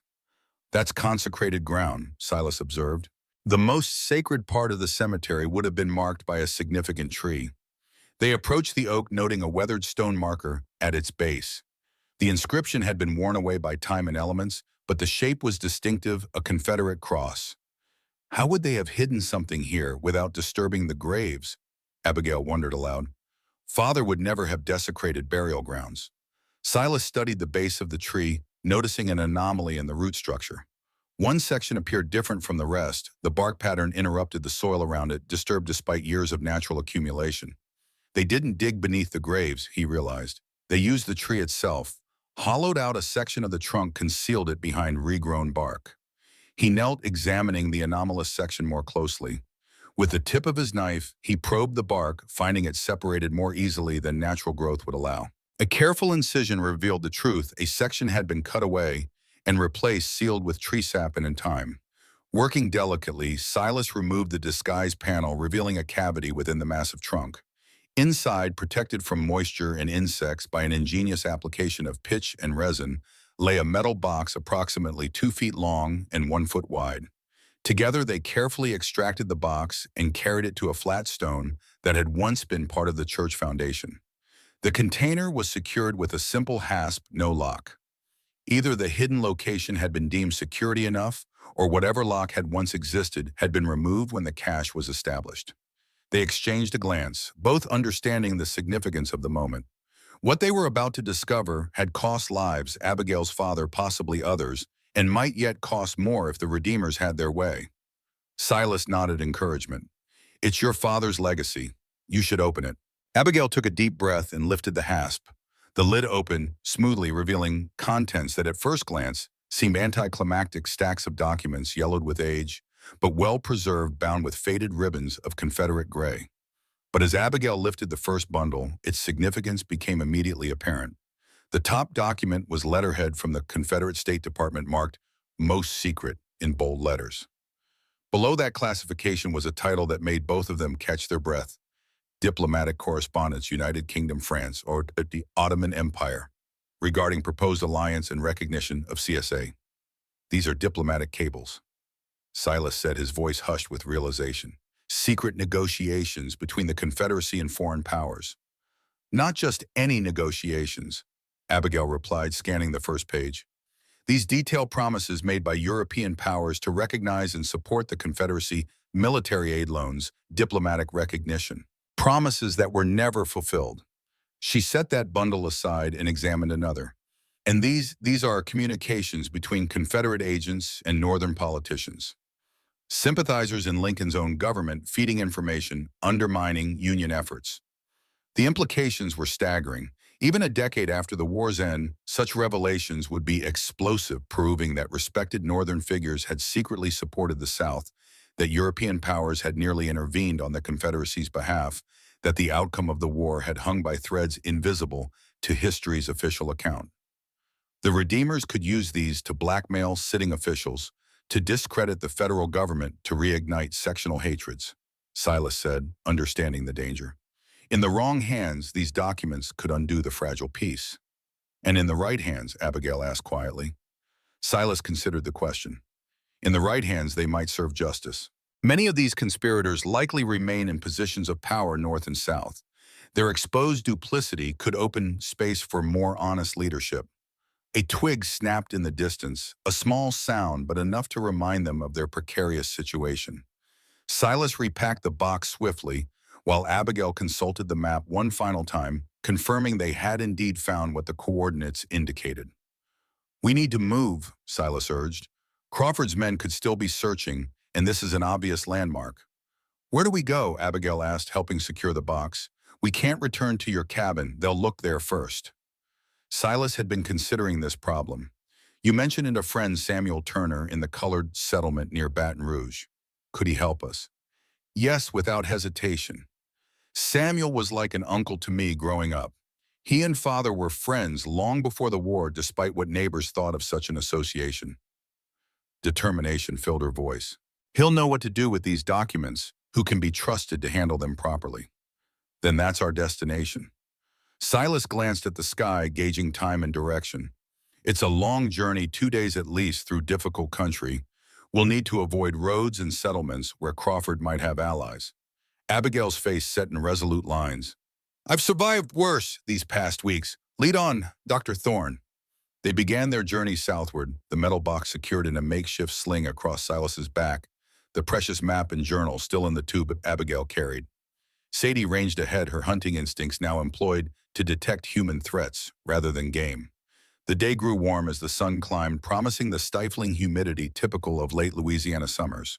They maintained a steady pace, pausing only for brief rests and to replenish their water supply at streams Silas deemed safe. Conversation was minimal, both focused on the task at hand and aware that unnecessary noise might attract attention. By mid-afternoon, they had covered significant ground, the church and battlefield far behind them.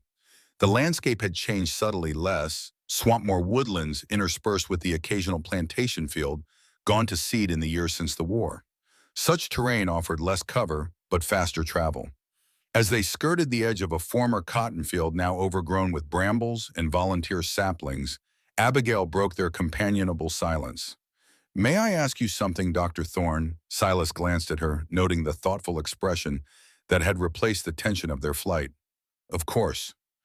Last night when you were feverish, you called out several times. You mentioned Colonel Briggs as before, but also someone named Hampton. You seemed distressed about him." Silas's stride faltered momentarily. The name unlocked memories he had tried to bury alongside his former life. A face young and frightened, eyes bright with fever. A hand clutching his sleeve in desperate hope. "James Hampton," he said finally, the name unfamiliar on his tongue after so many years of silence. "A Confederate soldier badly wounded at Chancellorsville, brought to my field hospital during the fighting." He paused, the weight of the memory pressing against his chest. He was young, perhaps 20. Gut wound infection already setting in. By all rights, a lost cause. "But you tried to save him," Abigail surmised. "I did more than try," Silas admitted. "I prioritized his care over that of Union soldiers with better chances of survival. I gave him our limited morphine, our last clean bandages. I operated personally while leaving other cases to assistance." "Why, if he was a lost cause?" "Because he reminded me of my brother," Silas said quietly. "Thomas was the same age when he died at First Bull Run, fighting for the Confederacy. Our family straddled the divide, Maryland born with ties to both North and South. Thomas chose gray and I chose blue. We never spoke again after that choice. Understanding dawned in Abigail's eyes. So when you saw this Confederate boy, I saw a chance to save my brother in some small way. A chance to bridge the chasm I hadn't crossed when it mattered. Silas's voice had roughened with emotion he rarely permitted himself. It was selfish, unprofessional, and it cost lives, Union lives. When we were overrun and had to evacuate, I stayed with Hampton and the Mackenzie family. The men I sent ahead were captured, 3 executed as spies because they carried medical dispatches that could reveal Union positions.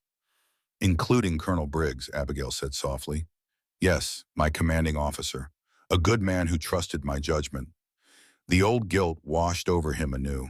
He died because I chose to save a Confederate soldier out of personal sentiment and civilians who should never have been near a battlefield. They walked in silence for a time, Silas lost in recrimination. Abigail processing this new understanding of the man who had saved her life. Did he live? She asked finally. Hampton. Silas shook his head. No. Despite everything, he died the next day. My efforts prolonged his suffering, nothing more. I disagree, Abigail said with unexpected firmness. You gave him dignity in his final hours. Comfort. The knowledge that someone cared whether he lived or died. She touched his arm briefly. That matters, Dr. Thorne. As a daughter who never got to say goodbye to her father, I can tell you it matters enormously. Her words penetrated the armor of guilt Silas had maintained for a decade. Not absolution, nothing could provide that, but perhaps a new perspective on actions he had judged harshly for so long. Before he could respond, Sadie froze ahead of them, hackles rising, a low growl emanating from her throat. Silas immediately signaled a halt, gesturing for Abigail to take cover behind a fallen oak. Movement flickered between the trees ahead, a man on horseback moving slowly along the edge of the former field, then another appearing from the opposite direction. They converged briefly, exchanged words too distant to hear, then separated to continue what was clearly a systematic search pattern. Crawford's men.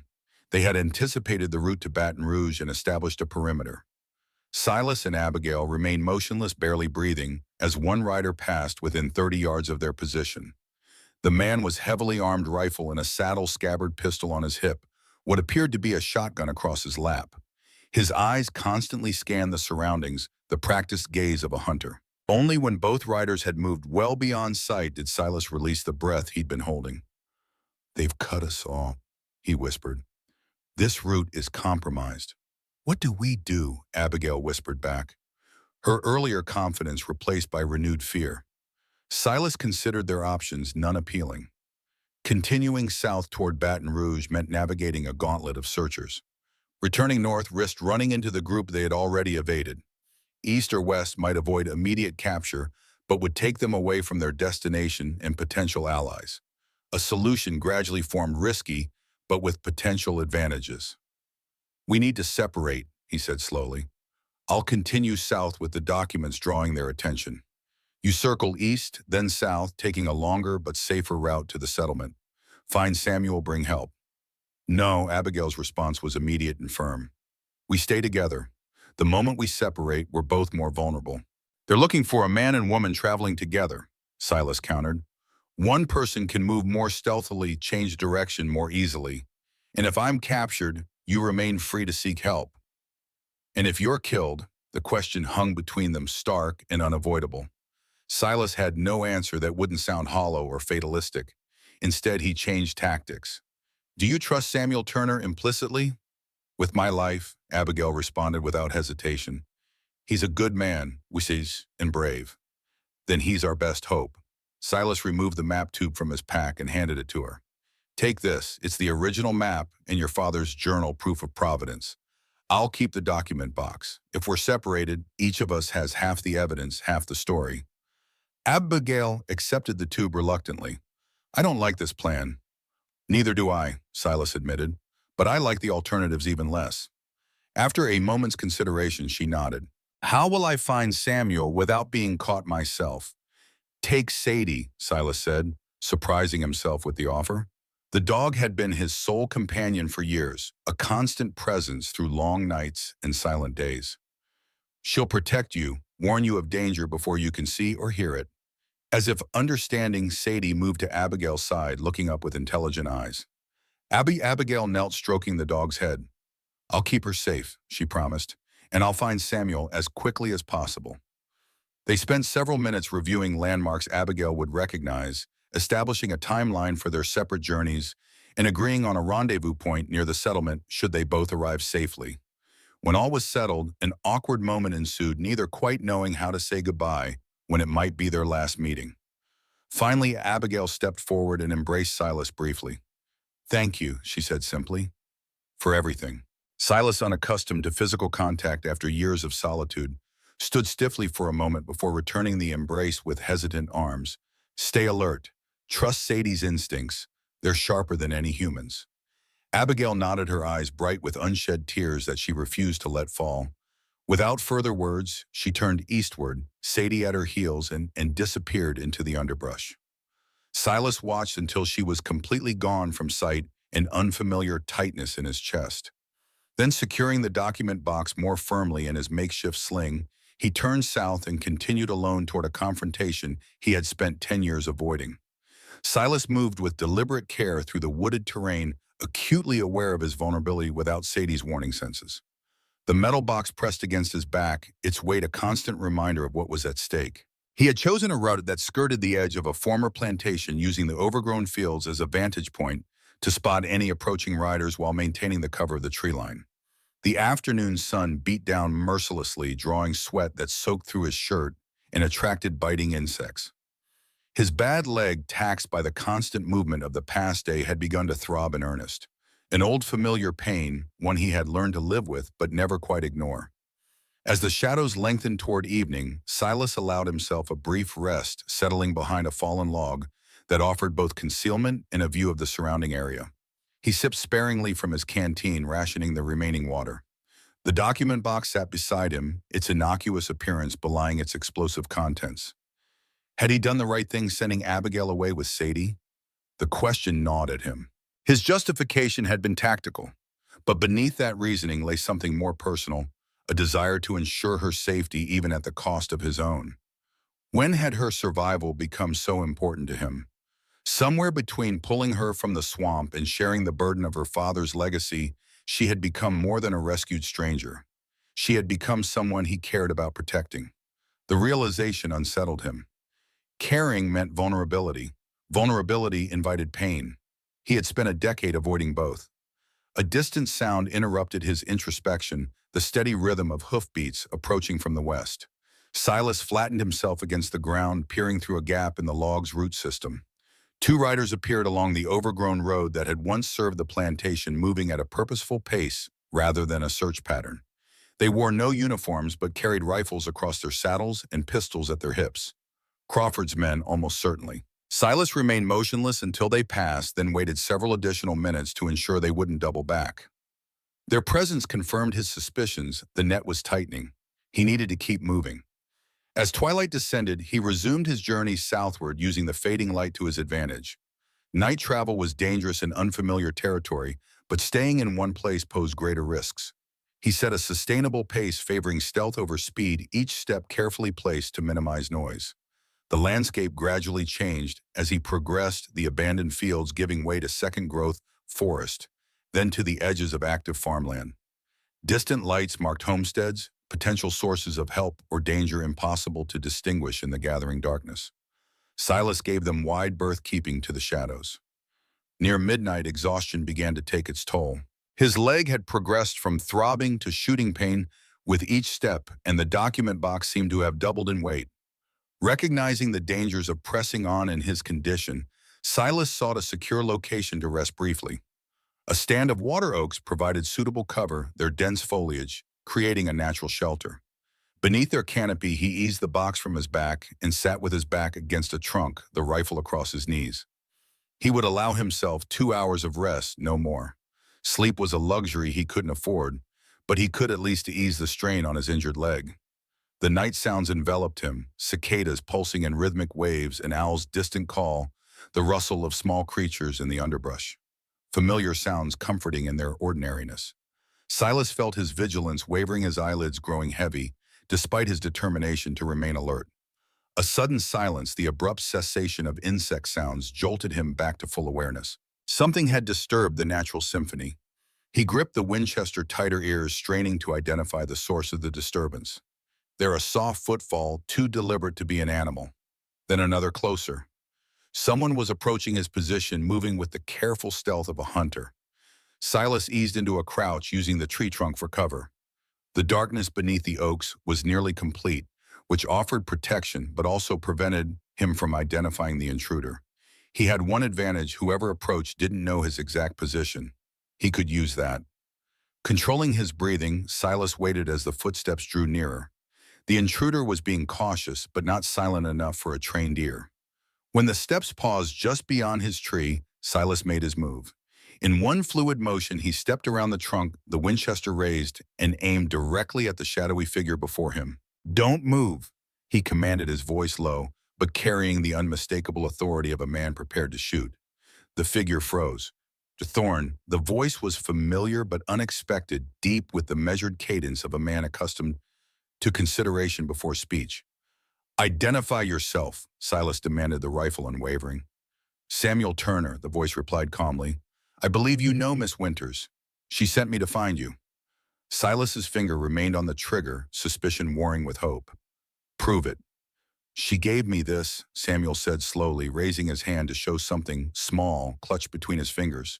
In the dim light, Silas could just make out the shape of a carved wooden bird, the one he had made for Abigail in the cabin. Relief flooded through him, though he lowered the Winchester only fractionally. "Where is she?" "Safe at my home. The dog is with her." Samuel remained still, respectful of Silas's caution. "She reached us shortly after sunset, exhausted but unharmed. She explained your situation and insisted I come find you immediately." "How did you locate me?" A hint of amusement entered Samuel's voice. "I've lived in these parts my entire life, de Thorne. I can track a fox through a swamp on a moonless night. Following a limping man carrying a metal box was not particularly challenging." Silas finally lowered his rifle completely. "You took a considerable risk. Crawford's men are patrolling the area." "I'm aware," Samuel replied. "I've avoided 2 such patrols on my way to you. They're searching in groups of 2 and 3, covering the main approaches to Baton Rouge." He stepped forward, his features becoming visible in a stray shaft of moonlight that penetrated the canopy. Samuel Turner was older than Silas had expected, perhaps 60, with a face mapped by experience and weather. His close-cropped hair was iron gray, and he carried himself with the dignity of a man who had earned respect rather than demanded it. Despite his age, he moved with the fluid grace of someone in excellent physical condition. "We need to move," Samuel continued. "They're establishing a perimeter that will be difficult to bypass by morning. I know a route they won't think to guard, an old cattle trail that crosses Cypress Creek where the water runs shallow. But it's several miles from here, and we need to reach it before dawn." Silas nodded, retrieving the document box. His leg protested as he stood, a sharp pain that he couldn't entirely suppress. Samuel noticed his wince. "You're injured." "Old wound," Silas dismissed. "It won't slow us down." Samuel's gaze was evaluating but not pitying. "We'll alternate carrying the box. Save your strength, for the creek crossing the footing is treacherous." Under normal circumstances, Silas might have bristled at the suggestion that he needed assistance. But exhaustion and pain had worn away his pride. He handed the box to Samuel, who secured it across his own back with practiced ease. They set out immediately, Samuel leading at a pace that respected Silas's injury while maintaining necessary progress. The older man moved with surprising stealth for his age, each step placed with deliberate care to minimize noise and disturbance. As they traveled, Samuel kept conversation to a minimum, speaking only when necessary to warn of obstacles or indicate direction changes. Silas appreciated the efficiency, focusing his limited energy on maintaining the pace rather than talking. After approximately 2 hours of steady movement, they paused at Samuel's signal.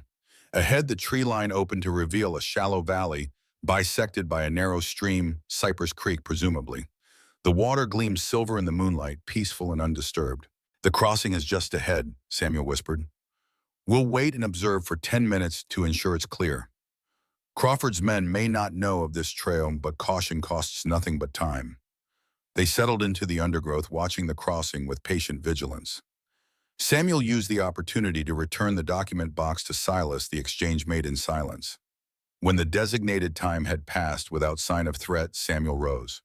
The settlement is approximately 4 miles beyond the creek. Once we cross, we'll be in friendly territory. Many of the residents are former soldiers, Union men who stayed in the South after the war, and Confederates who have no love for the Redeemers and their twisted vision of the cause. You're well informed about the Redeemers, Silas observed. Samuel's expression hardened momentarily. I've had cause to learn their methods. They drove me from my land 8 years ago, land I had legally purchased, land I had improved with my own hands. They came by night, a dozen men in hoods and robes full of scripture, misquoted to justify hatred. His voice remained controlled, but Silas heard the banked anger beneath the calm surface. Ezra Miss Winters's father was the only white man who stood with me that night. He couldn't stop them, but he ensured I escaped with my life and enough resources to start anew. You were neighbors. More than that, we were friends from boyhood. I was born on his father's plantation a slave, but one treated with unusual lenience because my mother had saved the master's wife during a difficult childbirth. Ezra and I grew up together, though on opposite sides of an uncrossable divide. Samuel's gaze grew distant with memory. When the war came, he joined the Confederacy while I escaped north and eventually enlisted with a colored regiment. We should have become enemies. Instead, when we both returned to this parish, we recognized in each other the same weariness with bloodshed, the same desire to build rather than destroy. This history explained much Ezra Winter's refusal to sell to the Redeemers, or the trust between him and Samuel that extended to sending Abigail to him in crisis. It also suggested why the contents of the document box might have been of particular concern to Ezra beyond their historical significance. The crossing looks clear, Samuel said, returning to the practical matter at hand. Follow exactly where I step. The creek bottom is mostly firm, but there are unexpected soft spots that could trap an unwary foot. They descended to the water's edge, Samuel leading the way into the shallow creek. The crossing was perhaps 30 feet wide, the water never rising above mid-calf, but the footing was indeed treacherous, a mix of smooth stones that shifted underfoot and patches of silt that threatened to trap boots in their suction grip. Silas followed Samuel's path, precisely testing each step before committing his weight. His injured leg trembled with the strain of maintaining balance on the uneven surface, but he pushed through the discomfort, focusing on the far bank and the promise of relative safety beyond. They were 3/4 across when Silas's foot encountered an unexpected drop-off, momentarily throwing him off balance. The document box shifted its weight, pulling him sideways. He fought to regain equilibrium, but his bad leg buckled at the critical moment. Samuel reacted instantly, lunging back to grasp Silas's arm before he could fall. His grip was iron, stabilizing Silas with surprising strength. Together, they navigated the remaining distance to the far bank, where Silas sank gratefully onto a fallen log to catch his breath. "Thank you," he said simply. Samuel acknowledged the thanks with a nod. "The settlement is not far now. We'll rest there, plan our next move. Abigail has told me about the documents you carry and their potential importance. You understand the danger they represent." "All too well," Samuel replied grimly. "If the Redeemers obtain proof of Northern complicity in supporting the Confederacy, or evidence that foreign powers nearly intervened, they could reignite sectional hatred, undermine what little progress has been made in reconciliation. They would use such information not for justice, but to justify their campaign of intimidation and violence against those they consider beneath them, colored folks, carpetbaggers, scalawags, anyone who accepts the new order. The question becomes then what to do with this information," Silas said. "In the wrong hands, it's a weapon. In the right hands, it's still a weapon," Samuel finished, "but one that might be wielded for justice rather than revenge. I have contacts, journalists, attorneys, even a federal marshal who can be trusted. Men who would ensure these documents reach those with the authority to act appropriately." Silas considered this. He had spent a decade avoiding involvement in the world's affairs, convinced that his judgment could not be trusted after Chancellorsville. Yet here he was once again holding lives in his hands through his decisions. The parallel was not lost on him. "We should continue," he said, rising from the log with renewed determination. "The box will be safer in your settlement than out here in the open." Samuel led the way once more, their pace quickening now that they had crossed the creek barrier. The terrain became gradually more cultivated, small vegetable gardens appearing alongside the path, then modest cabins set back among the trees, smoke curling from morning cookfires. The settlement itself was larger than Silas had expected, perhaps 30 structures arranged in a rough semicircle around a central common area. The buildings ranged from simple one-room cabins to more substantial two-story homes built with skilled carpentry. A small church with a hand-built steeple stood at the far end of the common, while a larger structure near the center appeared to serve as a meeting hall or school. Despite the early hour, the settlement was awake and active. Women tended gardens or prepared food at outdoor ovens, men split wood or repaired tools. Children carried water from a central well. All paused in their activities as Silas and Samuel entered the common, curious eyes evaluating the stranger in their midst. Samuel raised a hand in reassurance to his neighbors. "He's a friend," he called, his voice carrying authority.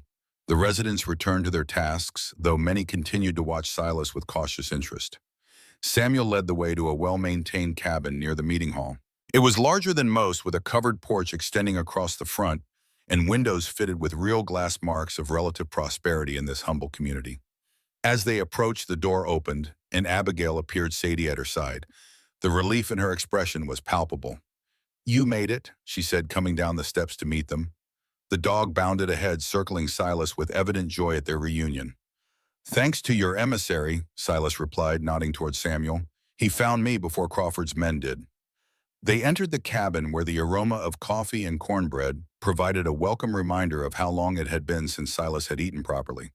The interior was simple but comfortable, a main room with a stone fireplace, a wooden table with chairs, shelves lined with books that suggested Samuel was a man of education despite the circumstances of his birth. Abigail had clearly been well cared for during her brief stay. Her face had more color than when Silas had last seen her, and someone had provided clean clothing more suitable than his oversized cast-offs. The map tube lay on the table alongside papers covered in writing Abigail had been working. "I've been trying to make sense of my father's journal," she explained, following Silas's gaze. "There are entries that refer to the documents, but in his usual cryptic way. He knew their significance beyond just historical value." "Let's examine everything together," Samuel suggested, clearing space on the table. "After you've eaten and rested, Dr. Thorne, you've traveled hard these past days." Silas wanted to press on immediately, but wisdom prevailed. He accepted a bowl of cornbread and beans along with coffee strong enough to dissolve the spoon. The simple food was among the best he'd tasted in years, or perhaps hunger was the finest seasoning. As he ate, Samuel sent a young boy, his grandson. He explained with messages to several trusted men in the settlement. "We'll need counsel and perhaps protection," he said. "Crawford is not a man to abandon his hunt easily." After Silas had finished his meal and washed in a basin of clean water, Samuel provided they gathered around the table. The document box sat at its center, still unopened since the discovery at Shiloh's Crossing. "Before we proceed, there's something you should both understand." Samuel said, his expression grave.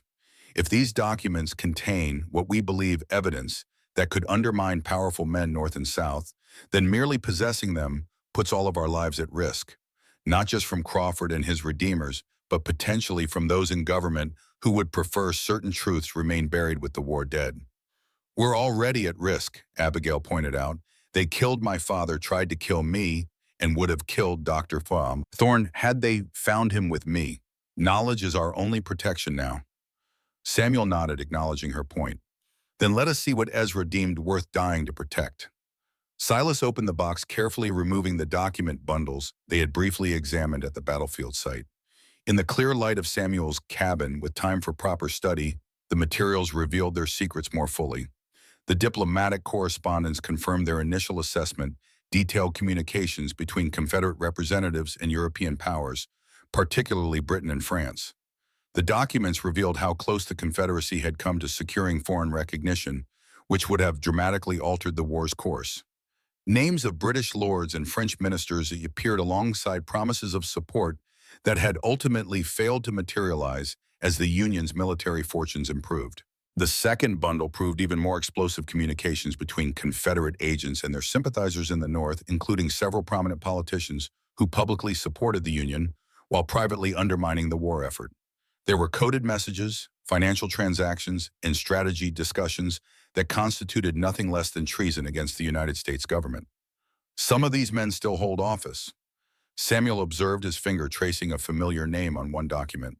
This one is now a federal judge, this other a congressman, and this signature belongs to a man currently serving in President Grant's cabinet. No wonder the Redeemers want these papers, Abigail said softly. With this evidence, they could blackmail half the federal government. Or expose them, Silas countered, which might be precisely what your father intended. Yes, Samuel agreed, but timing would be crucial. Released improperly, this information could reignite civil conflict. Released strategically to the right authorities and journalists, it could cleanse corruption from the government while maintaining stability. A third bundle, which they had not had time to examine at Shiloh's Crossing, contained something altogether different: a detailed accounting of Confederate gold shipments during the war's final months. Most had been documented as captured by Union forces or dispersed to troops as his final pay, but one significant shipment valued at nearly 100,000 in 1865 currency was recorded as secured at secondary location pending favorable resolution of hostilities. A missing Confederate treasury shipment, Silas mused. That alone would explain Crawford's interest beyond the blackmail potential of the other documents. The gold was never recovered, Abigail asked. Samuel shook his head. Not officially. There were rumors after the war of Confederate treasure hidden throughout the South, but most proved false or greatly exaggerated. A documented shipment of this size with potential location information, that would indeed be worth killing for. As they continued their examination, a notation in the shipping manifest caught Silas's attention, a reference to escort provided by Captain J. Briggs, CSA, on special assignment from Richmond. Briggs, he muttered the name, triggering recognition. J. Briggs, Confederate captain. You know the name, Samuel asked. Not this Briggs, but... Silas hesitated, the connection seeming too improbable. My commanding officer at Chancellorsville, the one who died because of my decision to stay with the wounded, was Colonel William Briggs, Union Army. A coincidence, perhaps, Samuel suggested. Perhaps, but in my experience, few things in war were truly coincidental. Silas returned to the documents, searching for additional references to the Confederate captain. He found none in the manifest, but in Ezra's journal, there was an entry dated 3 months after the war's end. Met with JB today regarding the Shiloh matter. He confirms the materials remain secure, but expresses concern about his brother's inquiries. The family connection complicates matters. He suggests relocating everything to the tertiary site until tensions ease. Brothers, Abigail said, making the connection. A Union colonel and a Confederate captain, brothers fighting on opposite sides. It happened frequently in border states, Samuel confirmed. Families torn apart by divided loyalties. Maryland, Kentucky, Missouri all saw brother against brother in the most literal sense. The implications unfolded in Silas's mind. If Captain Briggs was responsible for the Confederate gold shipment and document cache, and Colonel Briggs somehow learned of it, the colonel might have been seeking the cache when he was killed. Samuel completed the thought, which would explain why these materials were never recovered by either side. The Confederates who knew their location died or fled, and the Union officer who suspected their existence was killed before he could report his intelligence. The pieces were falling into place, a complex puzzle spanning a decade involving divided loyalties, hidden treasures, and deadly secrets. But one significant question remained unanswered. How did your father come to possess these documents? Silas asked Abigail. According to his journal, he met with JB, presumably Captain Briggs, after the war. Was he part of the original concealment? Abigail frowned in concentration. Father never spoke directly about his war activities beyond saying he served as a scout, but there were hints, comments that suggested he carried messages between Confederate units, that he knew things best left unspoken until the right time. She looked up, understanding dawning. He was intelligence, not just a scout, but a courier for sensitive information. Which would explain his involvement with the document cache, Samuel agreed. He would have known about it, perhaps even helped establish it during the war's final days. But why keep it hidden for a decade after the war ended? Silas pressed. Why not use it when it might have made a difference to the Confederacy's legacy? Because he came to question the cause, Samuel said quietly. Like many who fought Ezra, returned from the war changed. He had seen too much death, too much suffering to maintain the same certainties that had led him to enlist. He told me once that he had carried a burden of knowledge from the war, one he would pass on when the time was right and the wounds less raw. He was waiting for the country to heal enough to face its truths without renewed bloodshed. Abigail realized tears welling in her eyes. And then the Redeemers came with their twisted vision of the South rising again, and he knew the time had come to act. Which cost him his life, Silas concluded grimly. A knock at the door interrupted their discussion. Samuel answered it, speaking briefly with a broad-shouldered man whose military bearing was evident despite civilian clothes. After a moment, he turned back to Silas and Abigail, his expression troubled. "Riders approaching the settlement," he reported. 6 men well-armed, led by a gentleman in gray. "They're an hour out, moving with purpose." "Crawford," Abigail whispered, fear returning to her voice.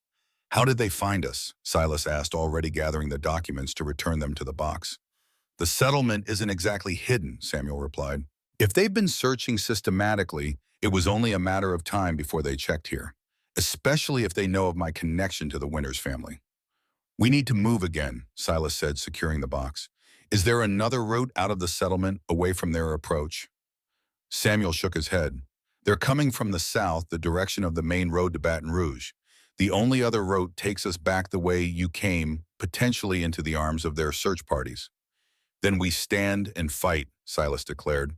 "Your settlement has, 20 able-bodied men against 6. The odds favor us." "The odds, perhaps. The law, no." Samuel's voice was grim. "Crawford will likely arrive with some legal pretext, a warrant for your arrest, perhaps, or a claim to be searching for stolen property. If we resist with force, they'll return with the local sheriff and possibly a militia company. This community exists in a fragile peace with the surrounding parishes. Open conflict would destroy that peace and likely the settlement with it. So we surrender the documents, let them win." Abigail's voice rose in disbelief and anger. "After everything my father suffered, everything we've risked." "No," Samuel said firmly.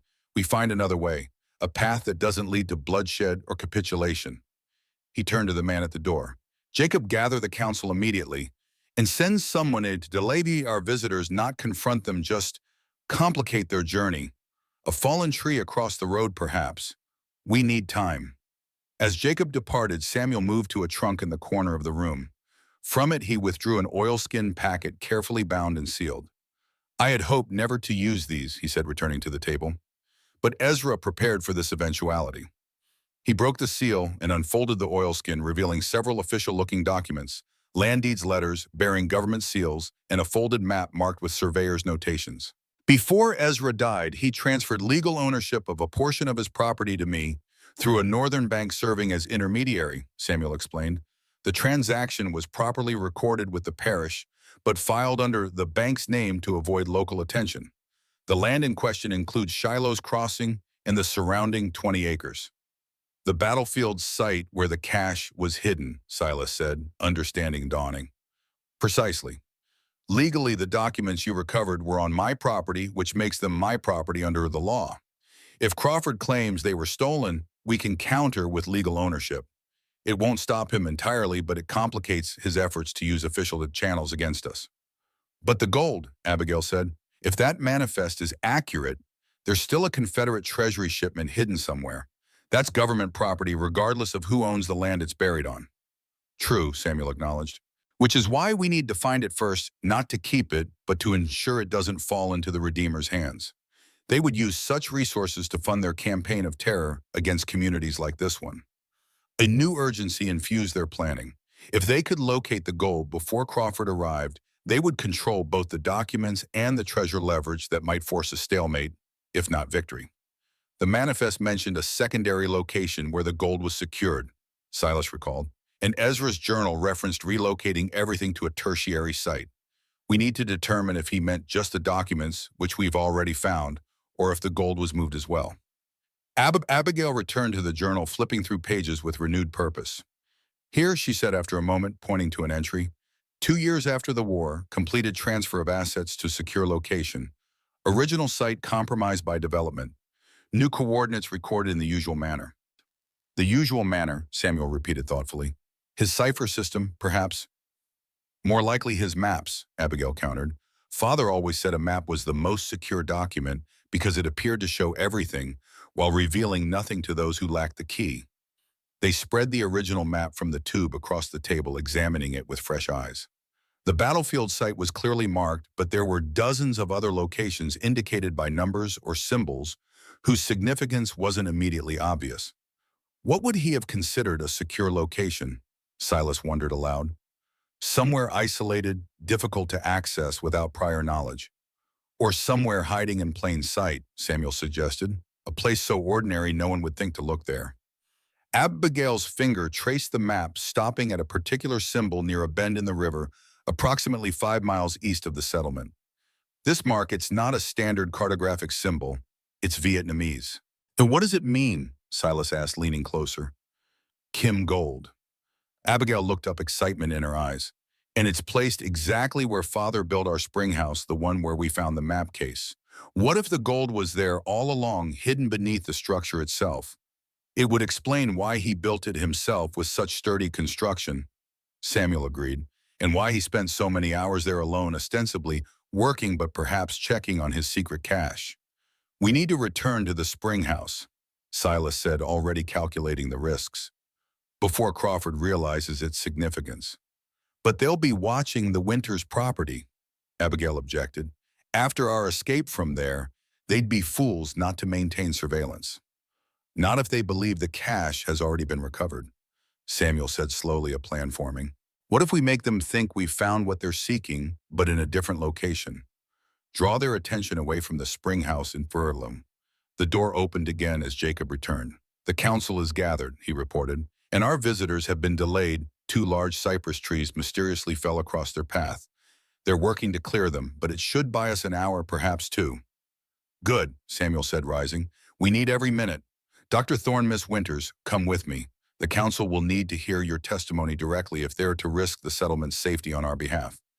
They followed Samuel to the meeting hall where a dozen men and women of varying ages had assembled. Like Samuel, they carried themselves with dignity that transcended their humble circumstances. These were people who had survived slavery war and the uncertain freedom that followed their judgment, forged in adversity's fire. Samuel presented the situation concisely, introducing Silas and Abigail and explaining the documents they had recovered. He outlined Crawford's likely intentions and the threat the Redeemers posed, not just to them personally, but to communities like theirs throughout the South. We believe the Confederate gold shipment remains hidden at the Winters property, he concluded. If we can recover it before Crawford's arrival, we gain leverage that might protect all of us. But we need your help, a diversion to draw attention away from our true objective. A gray-haired woman in a faded but immaculate dress spoke first. These Redeemers, they're the same ones who burned out the Jeffersons in Iberville Parish and lynched that northern teacher in East Feliciana. The very same, Samuel confirmed grimly.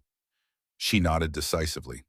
Then they're an abomination before God, and we are justified in opposing them by any means necessary. You have my support, Samuel. Others voiced similar sentiments, though some expressed concerns about potential reprisals against the settlement. A heated debate ensued with arguments for caution, countered by calls for decisive action. Silas observed the proceedings with growing respect. These people understood risk intimately, had lived with it their entire lives. Their deliberations were not about whether to fight, but how best to fight effectively without sacrificing what they had built together. Finally, a consensus emerged. The settlement would create a diversion to the south, making it appear that Silas and Abigail were fleeing toward Baton Rouge with the documents.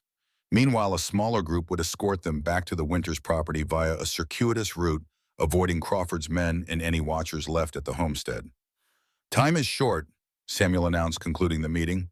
We must move now if we're to succeed. As the council dispersed to prepare, Abigail approached Silas, her expression resolute despite the fear that lingered in her eyes. You don't have to continue with this, she said quietly. You've already risked everything to help me, a stranger you pulled from the swamp. This isn't your fight. Silas considered her words, reflecting on the path that had brought him to this moment. 10 years of self-imposed exile, hiding from his past and from human connection. Then a woman in a swamp, and a choice that had drawn him inexorably back into the world's complexities. Perhaps it wasn't my fight when it began, he acknowledged. But it is now. Your father died protecting information that could change the course of Reconstruction for better or worse. Crawford and his redeemers would use it to renew hatred and division. We can ensure it serves justice instead. He paused, then added more softly, and I made you a promise that you would be safe. I intend to keep it. Abigail's eyes shimmered with unshed tears. Thank you, she whispered, for everything. Their moment of connection was interrupted as Samuel returned with Jacob and two other men all armed and dressed for travel. We're ready, Samuel announced. The diversion will begin within the hour, a wagon convoy heading south, ostensibly carrying lumber, but actually concealing armed men. Crawford will almost certainly split his force to pursue them, believing you're among the travelers. And while they're distracted, we circle back to the spring house, Silas concluded. Exactly. The journey will be approximately 4 hours if we maintain a good pace. We'll approach from the riverside using the bank as cover. With luck, we'll reach the spring house by mid-afternoon, complete our search, and be gone before Crawford realizes he's been misled. They departed immediately, traveling light, only essential supplies, weapons, and the map that would guide them to the hidden gold. The document box remained in the settlement, secured in a hiding place known only to Samuel and the council leader. If their mission failed, at least the explosive information would remain out of the Redeemer's hands. The route Samuel chose took them northeast through increasingly wild country, away from established trails and settlements. They moved in single file, Jacob taking point as scout, Samuel guiding Silas and Abigail in the middle, with the two other men bringing up the rear. Sadie ranged alongside, her hunting instincts now employed in service of their safety. The pace was grueling, especially for Silas with his injured leg, but he pushed through the pain. Each mile brought them closer to a resolution. One way or another, this dangerous game would end at the spring house. As they traveled, Silas found himself watching Abigail with growing admiration. She matched their pace without complaint, her face set in lines of determination. The frightened woman he had pulled from the swamp had been transformed by adversity into someone stronger, more focused. Her father's daughter, indeed. They paused briefly at noon to rest and share a simple meal of journey bread and dried meat. Samuel used the opportunity to review their approach to the winter's property, sketching a rough map in the dirt.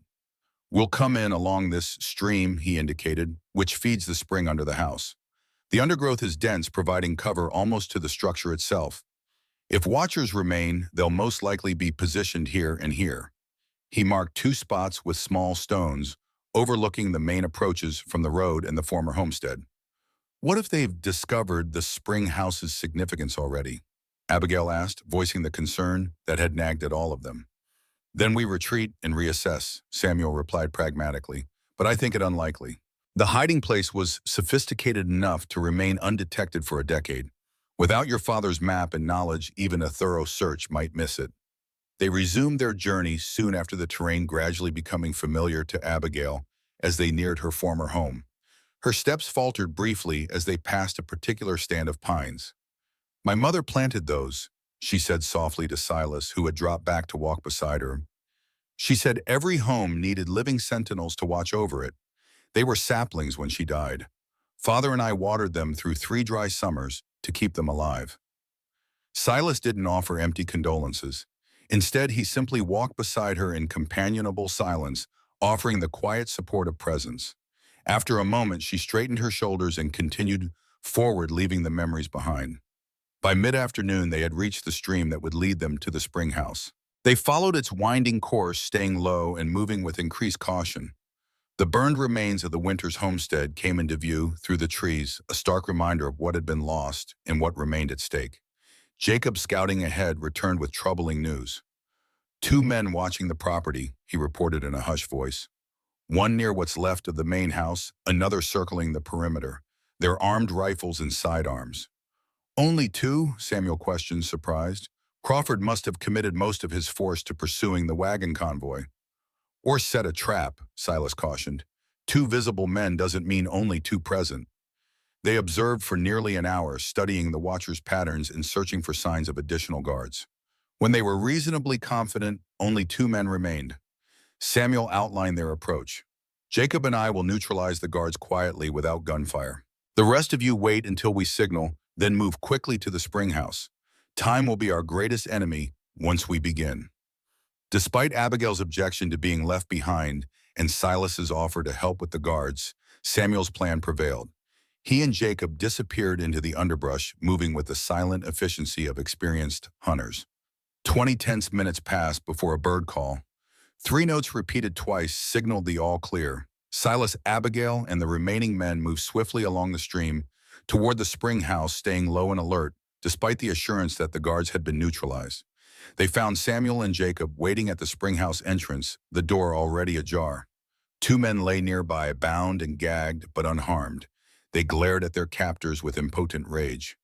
They surrendered with minimal resistance, Samuel explained, more interested in preserving their lives than dying for Crawford's cause. Inside the spring house, they worked quickly. Abigail led them to the hidden compartment they had discovered during their previous visit, but their objective now lay elsewhere. The spring basin itself, she suggested, examining the stone construction, where clear water bubbled up from an underground source before flowing out through the channel.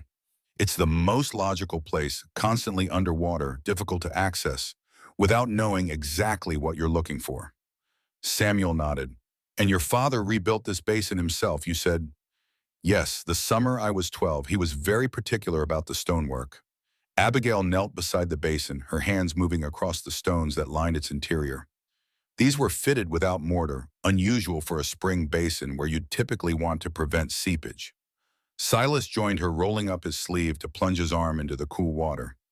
He felt along the submerged stones, searching for anomalies in the construction. Near the bottom, his fingers encountered a stone that seemed slightly different from its neighbors, smoother with an almost imperceptible groove along one edge. Here, he said, indicating the spot, this stone is worked differently. Together, they applied pressure to the stone in various ways, pushing, pulling, sliding. Eventually, a subtle click rewarded their efforts as the stone shifted inward and then to the side, revealing a small opening beneath the water. Silas reached into the gap, his fingers encountering something solid, a metal handle attached to what felt like a chest or strongbox. With careful maneuvering, he managed to grasp the handle and slowly extract the container from its hiding place. The box that emerged was smaller than expected, perhaps 2 feet long and 1 foot wide, made of iron with brass fittings heavily corroded from years underwater but still intact. It took both Silas and Samuel to lift it clear of the basin and set it on the stone floor. The lock had long since been rendered useless by corrosion. A firm blow from the butt of Jacob's rifle broke it free, allowing them to raise the lid. Inside, nestled in compartments lined with oilcloth that had preserved their contents despite the damp conditions, lay row upon row of gold coins. Double eagles, $20 gold pieces, hundreds of them, along with smaller denomination coins and several gold bars stamped with Confederate markings. My God, Samuel breathed, the implications clear to all of them. The manifest was accurate. This is the missing treasury shipment. Enough to fund the Redeemer's activities for years, Jacob observed grimly, or to build schools, hospitals, and churches throughout the South. Abigail reached into the chest, lifting one of the double eagles. My father guarded this for a decade, knowing what it could mean in the wrong hands. He died protecting it. And now we must ensure his sacrifice wasn't in vain, Silas said. We need to move this immediately before the distinctive click of a revolver being cocked interrupted him. They turned as one to find Ezekiel Crawford standing in the doorway, a pistol raised and a cold smile playing across his features. Behind him, more armed men appeared, their weapons trained on the group inside the spring house. Before I arrived, Crawford suggested, completing Silas's sentence. I'm afraid you're too late for that, Dr. Thorne, though I must thank you for leading us so efficiently to the treasure. We might have searched for months without your assistance.